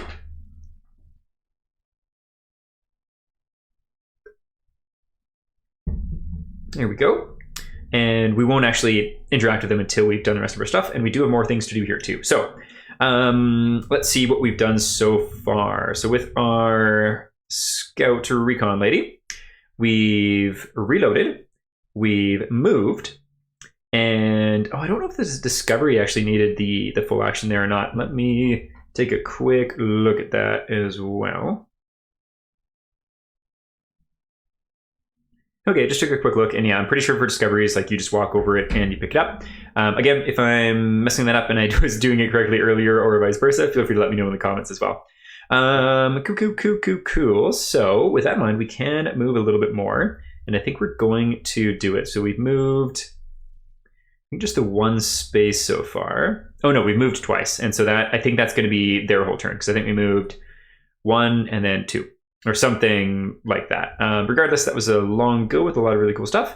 And so we shall count that as their full turn. So, who do we have exerted? You and then also Isaac. I kind of want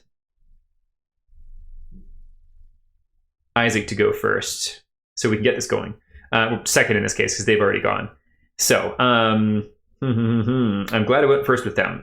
So let's do it. Let's go with Isaac. So Isaac does have the exert here, which is not necessarily sparking joy.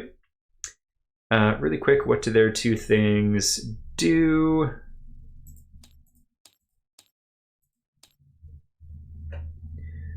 Black start, so move a blip any one space. And place any 2 tokens in the spacer pool. Oh, actually, technically speaking, this should have been cleared as well. So let's see what our recon person would have left. They would have left an expertise and 2 discipline.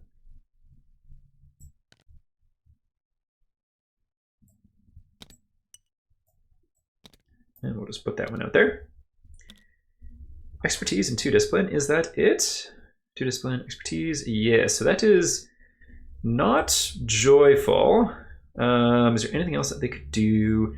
Go check it out. 2 expertise. That would not fly. What did this card do again? Recover 3 stress. Who is running really high on stress? So up to 5, 6, I think just 3, and 5. Let's just go ahead and cut Isaac down to 1, 2, 3. There we go. And we shall take that off, flip this card, and get rid of these 2. We'll put that back in that bottomless pile there. Good stuff. So Isaac's turn. He's going to move 1. And then from moving 1, is there any negative effects? Fast reload would be very nice if we're able to, but I don't think he's got a heavy gun, so we cannot. All right, so then extraction comes into play. So we put all those tokens out, and in this case, it would have to be 3 tokens that we don't have, being confidence, and so it's going to be a full action to begin extraction. So now these 4 tokens get placed. At the end of his turn, we'll remove 1. And let's see, is there anything else that we want to do with him? He does have this item, which is light with a range of 2. And this is an item, so I think 2 charges. I think what it would do is it's not like a free action. It just means that it lets his action have the scout action be a higher dice. So I don't think we're going to exert again, because if we exert a third time, he dies. And that would be no bueno. So I think we're going to end his turn. All right, so at end of Isaac's turn, we shall remove one of these. And I think just for a reminder's sake, we'll just put it on his character board so we know who's done it. And next up here, I think it's got to be Soldier Boy, who we know that this is a bad one. We do not like it. And so what I think we might do is actually use the thing that moves blips, which I think was... Which one was it? The black starch. We're going to use the black starch to move any blip one space. We're going to push that one back to there. Black starch is kaput. There we go. And then what's... Oh, I forgot about the tokens here. So this is good. We got lots of rerolls and some other goodies. So 2 confidence tokens, 1 expertise, and 1... Okay, so we'll flip you. We shall bring you over and stack you onto this growing pile here. Get another one out, and then 2 confidence. Flip those guys over. That is a good little pool. We like that. We like that indeed. Okay, so that's going to bring us to... I think we want to do... You know what? Let's actually do our Science Lady here. So Science Lady can heal people, which would be good, especially for Isaac. So how far would she have to move for that, though? She can move 5, so it'd be 1, 2, 3, 4, 5. Ooh, you know what? This is risky, but I think we're going to do that. So moving 3 does cause a noise roll. 1, 2. Oh, that could be a really bad noise roll, actually. You know what? No, let's go 1, 2. And what card would we want to do to make that happen? Oh, and she can only move 2. Move 2 or fast reload. What if we did it the other way? Move 1 space.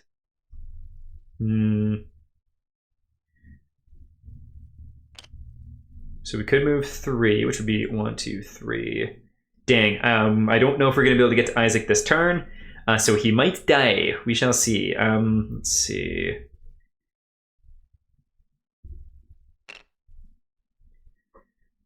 So we could fast reload and not move at all, or we could only move 1 and fast reload, and then move 3 for the rest. You know what? Let's stay where we were, which is here. 1, 2. Oh no, we were here. Bugger.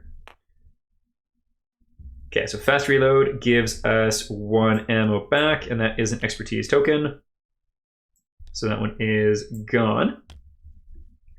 And then how much range do we have here? So it'd be 1, 2, 3. I think that's the range of the suit. Let's see. No, it's just 2. Oh, bugger. Okay, well, let's see what card we want to play next. So that was just fast reload. And then we have move 2 spaces and gain a stress. What stress are we at? Stress is pretty low, so I think we'll do 2 spaces and gain a stress. We'll go 1, 2. And stress goes up to 4. And then we're going to scout, which brings up, there we go. That's a little finicky with the demo. All right, so let us see if we can reveal it. So just looking for a success. Boom, boom, we get a success. That's exactly what we needed. So hoping for a blank, that would be preferable. Not a blank, we get 2 intruders, so we can either spawn them, in which case they won't ambush, and we can attack 1 too. So I think that makes the most sense. We're going to spawn 2 normal grin. So we'll check that up there.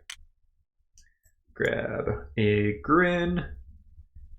And so we're going to put one right here. And then the other, let's just grab this fellow right here. You gonna go down there? Not quite where I want you. There you go. Okay, and so as part of the action with the reloaded weapon, we do get to take a shot. So let's go ahead and do that. 5 plus adrenaline. What is her adrenaline at? Her adrenaline is at 4. That's too bad. So we get 3 white dice. Range is 3. Well, let's go ahead and do it. We don't need to... Oh, it is linear, actually, so we can only shoot the one directly in front of us. Okay, so 3 white dice. 1, 2, 3. Oof. All right, that's not a great roll. We need 4. Oh, we actually might need more here. Let me see. Because we are in the extraction zone. Oh, yes, yeah, so we need 5. And its noise dice has increased too. So scary times. So we need 5. We got 1, 2 with some potentials.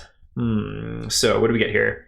We can turn 1 potential into a success. So that would give us 3, but that's not going to cut it. So we're going to use some rerolls here. Is there anything else from this as well? Not particularly.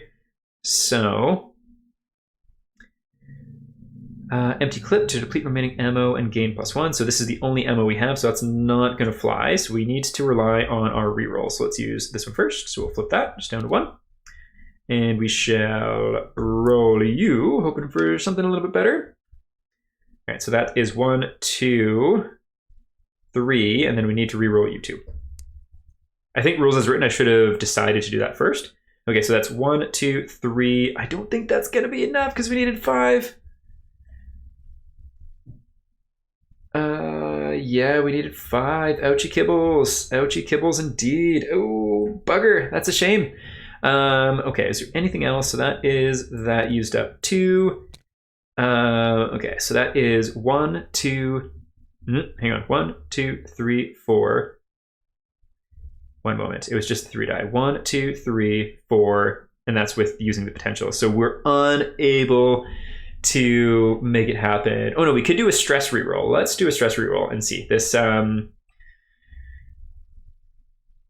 is the bottom of the barrel, that's for sure. Let's reroll this one. Oh no, so we're unable to do it. Do you want to gain another stress? Let's do it. And this might be playing a little out of order. We might have had to declare this before, but I can't remember. Nope, so we do not hit it. We're unable to destroy it. And we are out of ammo once more, so we'll chuck that there. How many? 1. Okay, so we leave 1. I've forgotten the name of this thing again already. Okay, so we'll put that there. That's a toughie, shall we say. That is indeed a toughie. And that is their whole turn because of having this card. Oh, these are deadly. I don't know if I like using them. Ouch. Ouchie kins indeed. Okay, so and then we'll bring another token down because it's the end of someone else's turn. There we go. Okay, so that is 2 people gone. 3 people gone this turn, actually. So bringing us to the Big Papa here. So Big Papa's weapon is ammo just 1. So hopefully we can at least take out one of these guys. It's got fallback 1. It's got fast reload. So I think our game plan here is actually first things first. What tokens do we leave? So we get to leave 2 discipline, a confidence, and a 2 expertise, a confidence, and a discipline. Is that correct? Let me double check that. Yes. And so we'll flip that, which is good because we might want to do some things here. 1, what abilities do you have? Oh, that's the wrong character.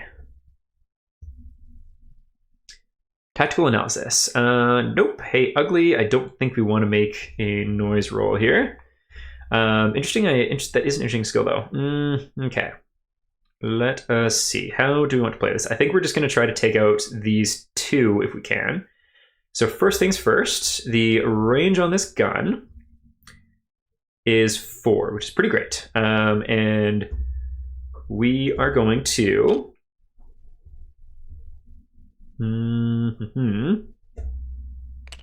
fast reload. There we go. Giving us 1 ammo. So we'll bring that back there. We are then going to make an attack. So let's just scoot both of these, put you up here, and both of you back up to 5. And so 2 white dice plus 1, and we need 5 to hit again. And we don't have any other fun effects here, but confidence and discipline and fallback 1. Oh, that's actually one thing I forgot to do, was who attacked last time? Discipline 1. So we would have an additional discipline token in the pool here too. I think I've forgotten this every single round. That so in Aeon Trespass, your Titan sheet dictates what tokens you leave, whereas in this game, it's like whatever weapons you attack with. And I keep forgetting about that, so I'm sure I've missed a whole bunch of those. Okay, so let's do the attack here. All right, so 2 white dice plus 1, and we need 4s to hit because of the, or 4s to wound because of the suppress. So roll you and you. Oh man, these dice are giving us some tough goes here. So this is going to be 3, and we're going to absolutely use the confidence token to reroll this guy. Ouch. And so no potentials at all. Oh man, that is tough, and I don't think there's anything else that we can do with that.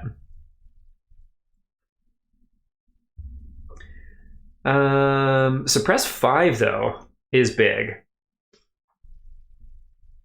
and confidence, discipline. So we'll leave that in the oncoming pool so we don't forget. Let's do that right now. So a confidence and a discipline in incoming.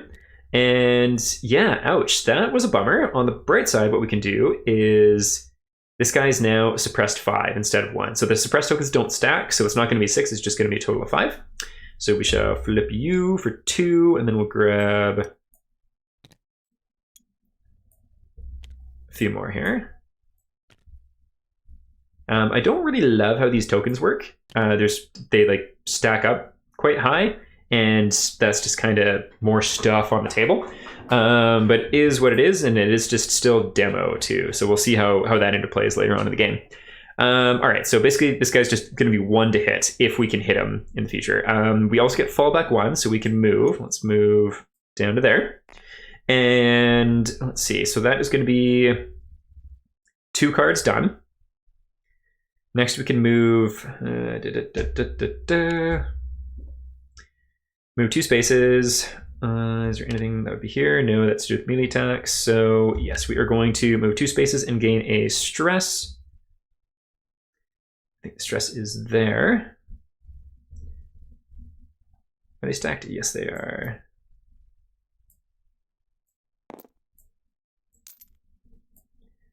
There we go. And moving 2 spaces, we'll go 1, 2. And that is going to be the end of Papa's turn, so we'll take off another one of these extraction token things. There we go, and this weapon is no longer good again. What is this? Warn, so I think it means someone else can move. That might be useful for us in the future here. That is going to be the end of our round, though, and I think this is going to be a devastating intruder phase, to put it lightly.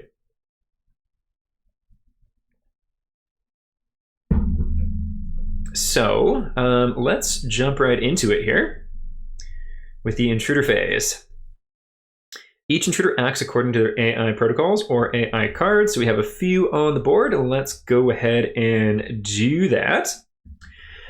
Starting off with the one that's been suppressed 5. So if I remember correctly, suppression moves everything down to a minimum of 1. So its movement is going to be 1 instead of 4, and its AT field is going to be 1 instead of 5. Which is pretty awesome. Let's see. Oh, I also forgot a few things from that round. So let's do that first. Noise roll. There should have been 2 noise rolls. So let's go ahead and do that. And I think this one weapon is extra noisy. So quick retcon, and then we'll continue. Nope, both just normal noise. That's kind of nice. So 1, 2, 3, 4.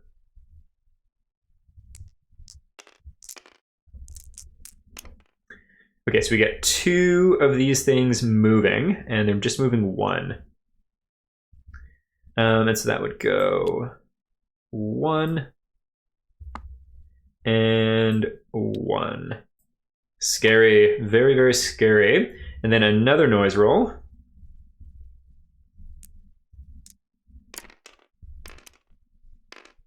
Okay, so 2 more moving 1. Ooh, which way to do this? So let's do you moving 1 and you moving 1. Very scary indeed. Okay, and now back to the intruder phase. So this one cannot. Oh, bugger, no, it can still move 1. However, I think what we're going to do here, so its ability that it would be doing is its second option here of scuttling bite. So it uses its movement, in this case reduced to 1, and then makes a attack. However, what we're going to do is so in ATO, I'm used to having like you can interrupt it here, but I don't think that's the exact same ruling here on the extraction run. So what I'm going to do, and I think this is correct, again, if I'm doing it incorrectly, feel free to let me know in the comments. But this is a reaction using a expertise. So I'm going to use it to warn, in which case someone can move 1 space, I believe. I'm just going to double check that keyword. Yeah, another spacer may move up to 1 space. So we're going to do that now. And this is going to tap this gear card. And the spacer that we're going to move is our scientist, Aubrey. So we're going to move 1 space, moving them out of adjacency, in which case this guy's instead still using his original action there of just moving 1 and attack. He can now no longer move 1 and attack, so he's just going to move 1. So there we go. He is still suppressed also.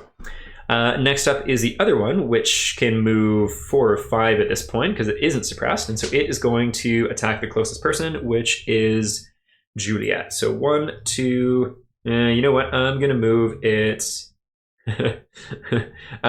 This way is pretty bad for us, so let's do it the way that's worse for us. So 1, 2, 3, and it's going to attack Juliet with, I think it's 2 red dice. Yes, 2 red dice. Oh, also the noise. I'm not going to go back and retcon it. I'll do it going ahead, but because we're in the extraction phase, the noise die is also worse too. So I should have been rolling red dice instead of the white ones for the noise roll. So I'll try to remember that going forward. But for now, we have 2 red dice coming our way on Aubrey or Juliet. I think it's Aubrey. Which he kibbles, so that's going to be 3 vitality damage to. Is it Aubrey? Huzzah, Aubrey. All right, so 1, 2, 3, meaning she's going to suffer one of those stress breaks. So grab this.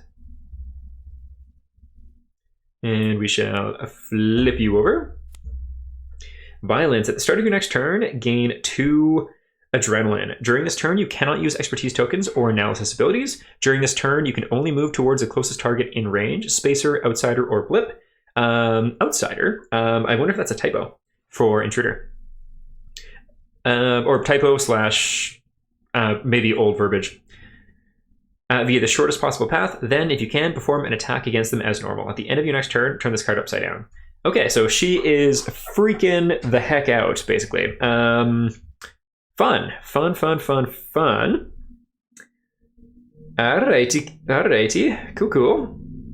And okay, so that's going to be the end of their turn. Now we get on to blip movement, which I'm quite scared for. This is going to be the first of the black one here. Scan, please. There we go. Oh. Okay. Let's just zoom in and see. All right, and I think Big Papa was the last person to go. So basically 2 across the board, which I think is really bad. Because this one is going to go 1, 2. This one only needs to go 1. Oh, this might be absolutely horrendous. All right, let's see what happens here. So we know that this is a bad one. So let's go ahead and do it first. So there we go. Oops, wrong button. We flip it. And we get 3 intruders. So we'll chuck that up there, and we'll get 1, 2, 3.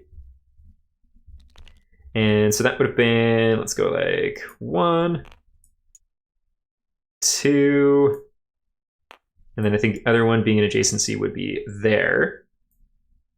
And they all get to act, which is horrific. Let's do this thing. So they're ambushing. 2 of them are adjacent, 1 of them are not. So we'll do the 2 adjacent ones first. So 2 reds and a white die. This against Big Papa. Right, that is 3, 4. And Big Papa has been doing okay. Okay, so 1, 2, 3, 4. I think we're going to use his suit ability and reflex here also. Do we want to do that? Do you know what? I don't think we do. I think we just want him to stay put. I don't know if that's the right call or not, but yeah, because that would be, yeah, we're going to leave him where he is. And then the same thing once again. Okay, so that's 4 more. We haven't gotten the infection thing though, but so this is going to put him to 0. And so when we get to 0, this is going to be first for this game, but the mechanic is very similar to Aeon Trespass. We need to draw a, let's see, infection, exert, last chance. Where are they? One of these ones. Okay. So let's see what we get. That's anticlimactic. Scan, please. Oh, never mind. I think those are the wrong cards, actually. These are the ones. I'm just going to shuffle it first. And pretty sure this is it. Yes, flatline. So we need to draw a flatline card. And flip it. And scan it. You live! Huzzah! You may immediately stand up and use any one of your cards. That is cool. So, I'm just going to check the rules on this because this is the first time that I've been here. One moment. So I didn't see it in the rules, but my assumption, just given this text, is you get knocked down if you flatline, or if you get reduced to 0. So, that is a status in this game, but I don't know how the interplay is with extractions that much. So we'll just, we're standing up already, so we won't bother with that. Then you may use any one of your cards. So any one of your cards is a little vague because we have item cards, we have action cards. So my assumption is we can do any of that. And if it's like ATO, you can use a unrefreshed one too. So how would this work for us? I think we would probably have to make a melee attack, or we could use this. What would this one be? Warn, which wouldn't really help us right now.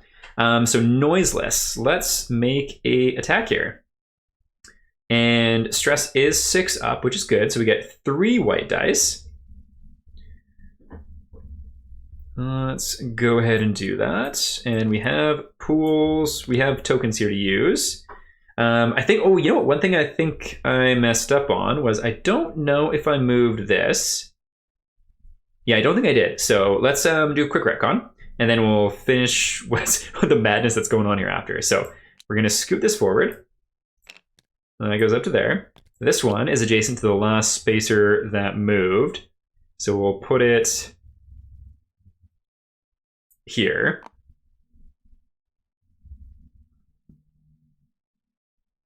And technically speaking, this should have been placed... No. So this is placed now. So I think this is the right order of things. And then there's going to be another one placed normally. Which is going to be, we'll put it up here and facing as many spacers as possible. So this one was placed nearest the last noisy spacer, specifically because it was a token that was on the track, whereas this one was placed normally because it was just from the intruder symbol on the icon there instead. Okay, and so this one was not part of the intruder patrol because it was placed after. It was just something I missed after the patrol was done. The... was that Dakota Act? No, it was placed... one moment. I think it was actually placed before, in which case it should happen now. No, never mind. I was yet to do it, so never mind. I was getting ahead of myself. So I'm in the right order of things. So this one is not going to proc the patrol because I shouldn't have placed it yet. I should finish the patrol and then place it. But that's okay. Whatever. I've placed it, and I won't proc it happening now. But so Big Papa here is going to make an attack. And so we get the 3 white die, which we're going to go ahead and roll. Oh, bugger. Does this thing have any rerolls? Pretty please? It's got nothing. So is there any tokens there that we have that would do anything here? Oh, we do have 2 potentials. So let's see. So that'd be 3, 4, 5, exactly what we needed. Oh, never mind. We don't have 2. Oh, no, yep. Sorry, I am confusing myself here. So we can get rid of those, and we can destroy one of these guys. Let's do it to this one.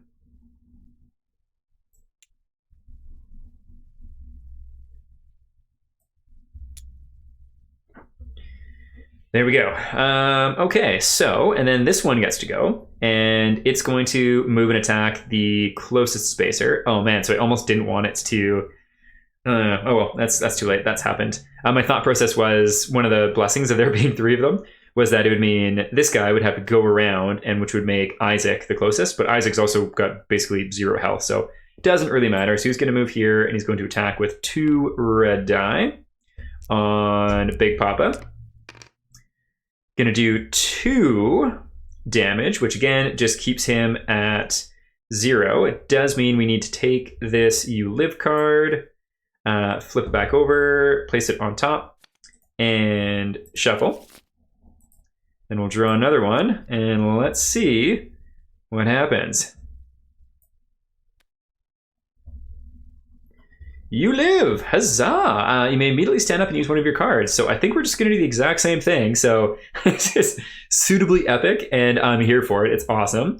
So same idea. We don't have any ammo to use, so let's... Ooh, we could reload if we wanted to, because we don't need to attack with that one, and we're out of tokens now. So instead, why don't we fast reload if we can? Yep, we shall fast reload. Put that away. And have this ready to go for next round. Cool. Okay, so we've gotten that one. And then we have a whole bunch of other ones to go. So this is bad. This is really, really bad. I don't know if we're going to escape from this. All right, so first one, this one is going to go. It's moving 2, but it doesn't need to. It just moves the 1, and then we flip it. We just get 1 intruder. So we'll go ahead, move that up over yonder, grab an intruder. And it's adjacent, so we'll put it right there. And then we'll go ahead and activate this one. So that's going to be 3 dice, 2 reds and a white. Oh wow, we got that 6 damage. I'm kind of excited to see what that does, actually. And this is on our recon person, who... Oh no, they have exactly 6th house. So 1, 2, 3, 4, 5, 6. Is there anything that they could do to avoid this? So they're at 6. Is that in yellow? Ooh, hang on. I don't know if that's a misplay or not. So I'm just thinking about using that reaction to move a space, because... So basically what it would mean is right now I'm adjacent to it. And so it doesn't move, it just attacks me for a big dice roll here. But if I use that reaction to move 1 space, I'm no longer in range of it, meaning it cancels the attack. I don't know how often you're supposed to be able to do that though, or if it's tapped after or what. So I'm not sure on that. That feels kind of gribbly and not right. So I don't know. I'm a little bit confused on the reactions in this game because they don't seem as cut and dry and clear as Aeon Trespass. Because if it was just like Aeon Trespass, I would expect there to be a reaction symbol somewhere around here that would then notify us to be able to do it. But 1 or 2 of the item cards made it seem like you can just do it whenever. So I am not sure. Let me take a quick look here. What was the ones I was looking at? Was it this one? Horn. So I don't know. Maybe I'm misplaying it. So I'm not going to let myself do the move thing. So I'm going to take that 6 damage, which brings me down to 0. Let's see if I can survive this one. So we'll take that, flip it. There we go. And oh, R shuffle too. Cool. Nice. And we shall draw 1, flip it, and see what happens. That looks like you died. That looks like you died. Yep. Okay, so you died. Roll a d10. On a 0, you touch the enormity. You feel your insides fill with glorious light. So I think that means we awaken. It doesn't explicitly say, but the fact that we roll a d10 and on a 10 something happens sounds like an awakening thing to me. So let's roll a d10, looking for that 0. Oh, that was so close. But alas, so we have not Aubrey, Juliet is dead. And so we put this token to show where she died. Right there. Okay, fun. And then we have this one is going to move 1, 2, and then we flip this one too. Please just be a blank. Whoops. Oh, thank goodness it was a blank indeed. Good stuff. And one bright side is the person that died was the only person that had gone before this check. So we can grab that and we can put it away over there. So this means that we can escape. So it means that we can actually win, which is amazing. Okay, so let's see. So we get rid of this. I'll chuck it back up over there. And that is all of the blip patrols. Wild and a little bit janky, just how things worked out there, but also pretty cool. So with blip patrols done, end of phase. So here we are, and then I already skipped ahead a little bit. Technically speaking, I shouldn't have moved this until now, but we've done that already, so that is what it is, and it is our turn. So, this is pretty gross. This is pretty grim in the dark, as they say. Should we reveal this, or should we make some attacks? Isaac can't attack, but he can do a noise thing, or that attack. Is he adjacent to anybody? He's not adjacent. What abilities does he have? An adjacent spacer performs a fast reload. Oh, balls. I should have done that. You know what? I'm going to do a little recon just because, because learning and such. So the card I chose to do with our tanky lad was fast reload, but I'm going to do an attack. Does that work? Because he was out of ammo. Yes, I am going to do an attack. So here's what I'm going to do. So quick little retcon. This is out of ammo, and I'm going to attack again with this. So 3 dice, and this would jump up the stress up to 8. 3 dice, and we need 5s to hit. I would have left tokens before previously, so one moment. What tokens would he have left? 3 discipline and a expertise. And these are tokens that he himself are going to be able to use, which is kind of nice. Oh, I don't know when these were supposed to go in, but we'll put them in now. So confidence, expertise. Flip that and flip that. There we go. And then we'll roll these 2 remaining dice. Okay, so 1, 2. 1, 2, 3, 4 is not enough. I think we need a 5. We do need a 5. We do have a reroll, so let's go ahead and get that going. And we're going to re-roll this one.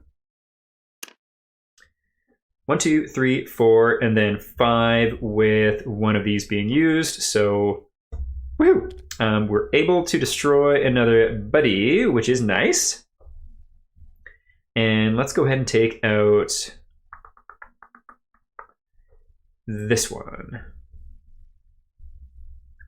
So we'll get him gone. And then because we're adjacent, we do gain a stress from that. And I think if we go over 9 stress is when we die. I think if we're at 9, that's fine, but as soon as we go over is instant death. Okay, so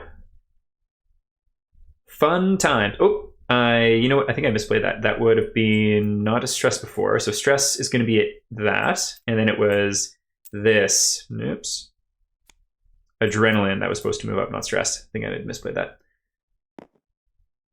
Can you sit on there nicely? Pretty please. Apparently, oh, there we go. Cool. Oh, go on. There we go. Alrighty, Roo. So that's a quick little retcon. And then what I'm going to do for Isaac's turn, let's see. So that would be... we're just going to... let me just double check this. I'm getting a little long in the hours of this playthrough and feeling a little sleepy, shall we say. But I don't want to get ahead of myself here. So I would leave new tokens then again. So it would be 4 discipline and 2 expertise. So the 1 expertise would be thrown up over yonder. Actually, before I do that, could his ability do anything? Let's see. Yeah, I'm not really keen on that. So let's just chuck it up here. I am going to see how many of these we have.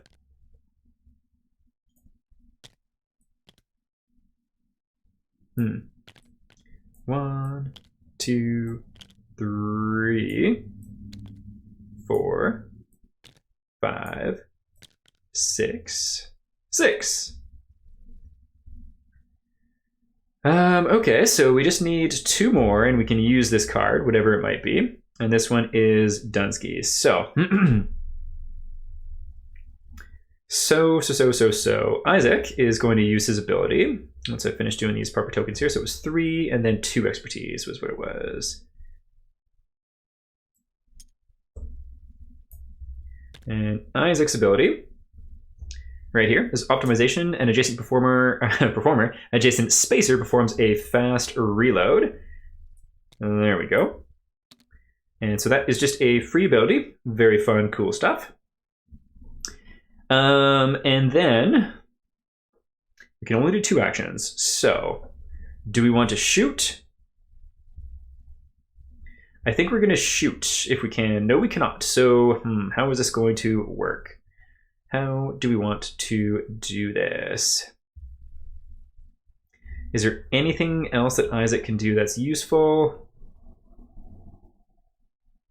And this is not a fast reload. Well, we can perform a noise roll. So let's do it, and we can do it with this. So range 2, light 1, are we within range? 1, 2, yes we are. I don't think we can push it back. What was this one? I think it was stress. We might use that really quick. Place any 2 spacer tokens in the pool. Let's go ahead and do that right now. And I think some rerolls will be useful. So let's do 2 rerolls. Put that there. And incoming. And this is for Isaac himself to use. So that would have been down to 1. Isaac is going to use the noise roll here, doing a super 1. So using a red dice within range 2. It's definitely within range 2. And so with the red dice, we just need 1. Oops, that's the wrong button. Roll. There we go. There we go. So we can flip this and see if we want to reveal it or not. So we can flip.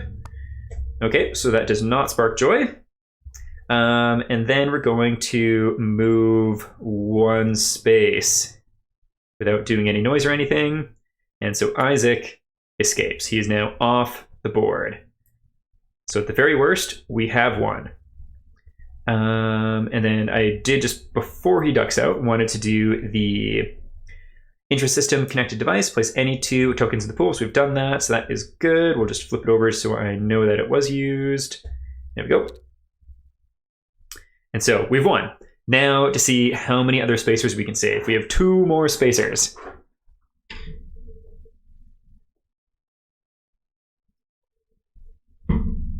So it's our turn. I think going with this guy makes the most sense. Opportunity attacks can happen. Let's see. Responses. Critical, you may perform a bonus attack. Let's see. So I think it gets an opportunity attack here. Okay, so there is indeed an opportunity attack if I leave it space willingly. So we've got our gun handy, and it's a pretty cool gun because we can actually move because of said gun too. So I think we're going to risk it for the biscuit, and we are going to make an attack here. So this is an adrenaline action, which puts us right up to the tippy-toppy. There we go. And stress piece, please come with. There we go. So this gun gets 2 white dice plus 1. And we're hoping and praying for the fallback effect to save our bacon here. So 2 white dice plus 1 power. So roll and roll.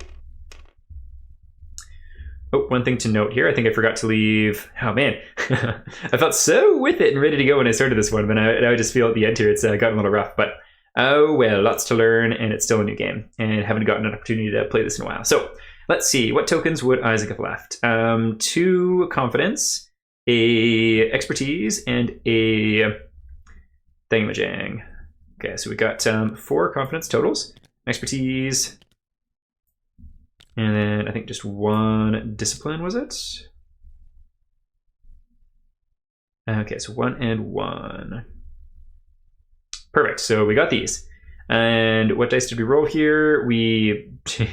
That's bad, so we're gonna spend 2 of these to re-roll both these dice.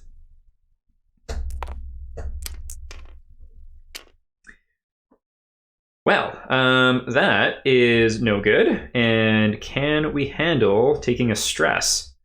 I think we need to. Oh, let me just double check here. So it would be 1, 2, 3, 4. Yeah, we need to do a 5. So that's not gonna fly.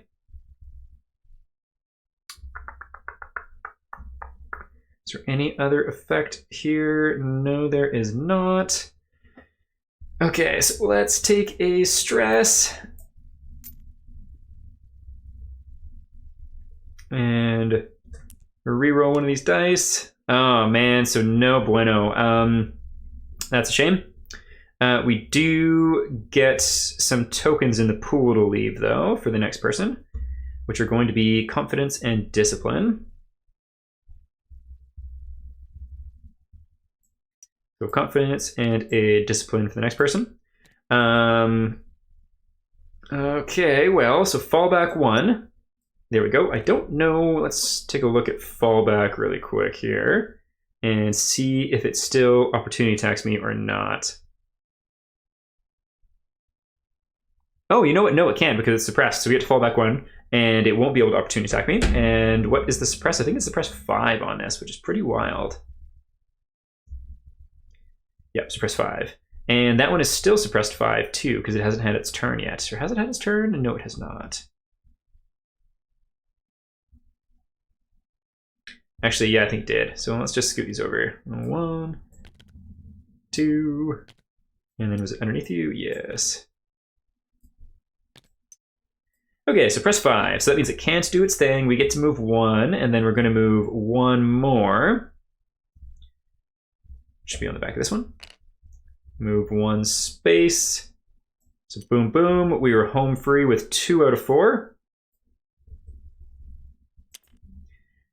And okay, so let's see. What do we have to do here? We can only do 2 actions. And let's see. 1, 2, 3. Okay, so we need to run basically. We cannot get an attack. Okay. Technically speaking, we could exert again if we want to. How much damage has it taken? I think we're going to risk it. So, opportunity attack. Opportunity attack could be bad, actually. So that's out. That's not looking good either, but we don't have 5 adrenaline, but we would from using it. So, you know what? Balls to it. I think this is valid. So we're going to scoop this up to 5. And vitality stays, come on. I don't know why this got so janky. It wasn't before. Come on. Oh, there we go. Okay, so this means we get 3 dice. And we have all those tokens, and we do get 1 free reroll, actually, too. And this is noiseless. Ooh, I forgot about the noise roll last time for the gun, so let's do that really quick first. And so it's going to be 1, 2, 3 red dice, which is worse. Oh my god. All right, so I don't know if Isaac would have actually escaped with that in mind, because he attacked with the gun, which does have the noise. Okay. Yeah, I think doing the noise roll was the wrong call. But you know what? I'm just going to say that that is too far gone in the past, and we're just going to assume if I did it properly, Isaac, or not Isaac, Big Papa would have died. So we're going to ignore that. Well, back to us here. So we get the 3 white dice. All right, so 1, 2, 3, 4, and then we do have a discipline that we can get rid of to turn that into 5 and dispose of this fool. Do gain a stress in the process from that, though, going up to 7. And so that is one of our 2 actions, and so the next one would be... let's see, so we don't want to do any noise. So we'd flip this. We would move 1 space, so that'd be 1, and then 1, 2, 3. Cool. So then what we would do is exert, gaining a second exert card. We'll put it right there. And then we would move 3, getting us to the space in which we escape. So it would be 1, 2, 3. Okay, so a little janky because of how I misplayed. I think I would have actually totally sewered myself. And if you don't catch why, so basically when I attacked with Big Papa, it did a noise roll, which resulted in 2 enemies, or 2 blips moving 3, meaning these 2 blips would have spawned. Let's just see what they would have been just for fun. So that would have been 2, and that would have blank. It would have been 2 more enemies spawning here and here, meaning Big Papa certainly would have died. And then I very likely would have died because I would have had to draw the flatline cards. And then who is this here? Juliet, I think? No, Juliet's dead. Aubrey would have still been able to escape, I think, but maybe would have taken 1 opportunity attack in the process. So, bit of a misplay, but still would have made it out with 2 out of 4, I think.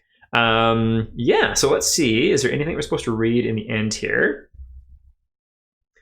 Main objective. Okay, so release 1 spacer, extract C2621 in the Mythos book. Let's see what happens. 2621? Yeah, I think that was it. 2621, the temple. As soon as the auxiliary ring strut hatch opens, a dark bottomless shaft. You dive in almost headfirst. Hands slip on the slick bars of the emergency ladder, and more than once, one of you loses their footing and falls down, only saved by the safety carabiner. Behind you, the solar ring corridor is filled with magnificent, terrible light.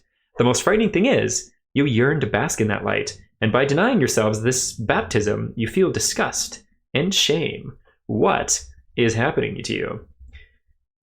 Hey, this is Feature Cam here, just jumping in with a quick little addition to the video. So I loaded just the main thing over again, and so things are a little bit different in the rulebook, and I figured I would jump in because there's actually a little bit more story to share, and while this is just a demo, story in games is my MO, so I figured it'd be good to add on to the current playthrough. Alright, so the one that we read is 2621, the temple, and there is more to it. So where we left off is this baptism. You feel disgust and shame. What is happening to you? As you descend, you find withered, charcoaled remains of what you can only guess are those black worms with wide teeth. The luminous creature has categorized the entire ring. None were spared. You stop mid-strut in a service room. One of you checks the main maintenance console, skimming the logs. Most have been, is that right? Most have been scrubbed. Those that remain tell of a strange phenomenon in Solar Battery 5, the one connected to the auxiliary strut you're traversing. Reports of strange lights, increased power input and output, and heightened radiation. It started to interfere with the ring's manifold field. A crew was sent to fix the malfunction before the ring would collapse. The last log mentioned a flying creature with eyes of molten gold. So that is what happened. The maintenance crew got cut off from the ship's main deck, trapped between the solar ring and the creature's, lair? Hatchery? Whatever it turned the battery into. And they went there, one by one, drawn by the irresistible incandescence of the faux sun. You feel the urge too. Maybe you did not escape the solar ring. Maybe you were herded here. Da da da. At this point in the full game, you would end up in a special downtime area where you could convert your engrams into location-specific resources, hone your abilities, weaponize your new knowledge, develop technology, try to piece together alien lore, craft new weapons and gear, and even new suits, as well as customize your loadout. See, that sounds sick. In this limited demo scenario, you simply open envelope the temple and gain access to laser welder, focused headlamp, 2x contact plating, and L1 laser pistol gear cards, as well as the radiation therapy protocol stratagem card. So before I set this up to actually play it, I'll pull that gear out, make some little character builds, and try to remember the stuff from the playthrough I just had, because it didn't save or carry over it, so I'll just reset here, just as a note. And then, okay.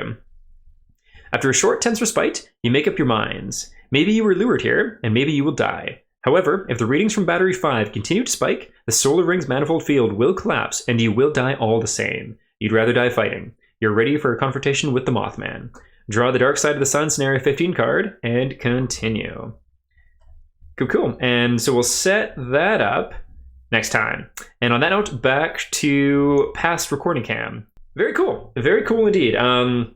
Thoughts after playing it again? I like it. I need to play it more, and I think this one would really benefit from like an actual physical table presence for me, at least. Like I'm just not proficient enough with Tabletop Simulator, and Tabletop Simulator makes it clunky because you have to look around the screen. Maybe part of it's because I've got a small monitor. Go back and forth between a bunch of things. If you forget something, you got to go back and look to it and such, rather than just having it all in front of you. And then the character boards are also a little finicky in this, because you need to individually, one by one, move the different bits, and sometimes they stack. Maybe you need to individually take them apart, put them back together, and then this playthrough they're also a little bit janky as well. Jumping into it after not playing for a couple of weeks in like the more intense half also was a bit of a challenge. Just trying to remember all the rules. There's a bunch of things that I missed. I think I managed to remember most of them, at least belatedly, but I'm sure there's things that I forgot entirely. I also forgot about the bonuses from here too. But yeah, definitely enjoyable. The dice play is fun. The token play, very much Aeon Trespass kind of vibes. I feel like it's a little bit more, like the token system seems more complex than Aeon Trespass, and maybe that's just because I'm playing it by myself instead of with some friends. But I think the thing of needing multiple tokens to do different things and different tokens for different things does feel a little needlessly cumbersome. It definitely really amps up as the game goes on, and I do think from doing the redo of doing the noise rolls more properly, it was a little bit more tense earlier on, but like some more intruders spawned, but still like within control, so it kept things entertaining quicker than the first gameplay video that I posted. But yeah, definitely really cool. So a lot of fun. I think there's another extraction run that you can do in the demo, so I think I'll probably try and do that. I don't know when though, but preferably sooner than this one was, just to try and keep the rules a little bit fresher at hand. I'll probably do some thoughts and feelings after the boss one as well, but quite positive, especially considering this is a demo in a medium I'm not familiar with, on a small little monitor, and also not being as familiar with the rules as I was during the first video too. So a lot of fun on the whole. It was definitely challenging, and I think the fact that I scraped by with 2 to 3 out of 4 spacers making it feels good, considering it's not supposed to be a cakewalk, it's supposed to be a challenge. And obviously I misplayed things all over the place here and there, probably for my benefit and for my detriment. But you can ask the guys I play with, I always do things to our detriment, so a little bit of pro me is not horrible, I think. But yeah, a lot of fun all in all, and I'm excited to try the Mothman boss fight, and we'll see y'all sometime soon for that, definitely sooner than later. So hope everyone has a fantastic New Year's and had a wonderful holiday season if you celebrate, and we'll see you next time. Bye!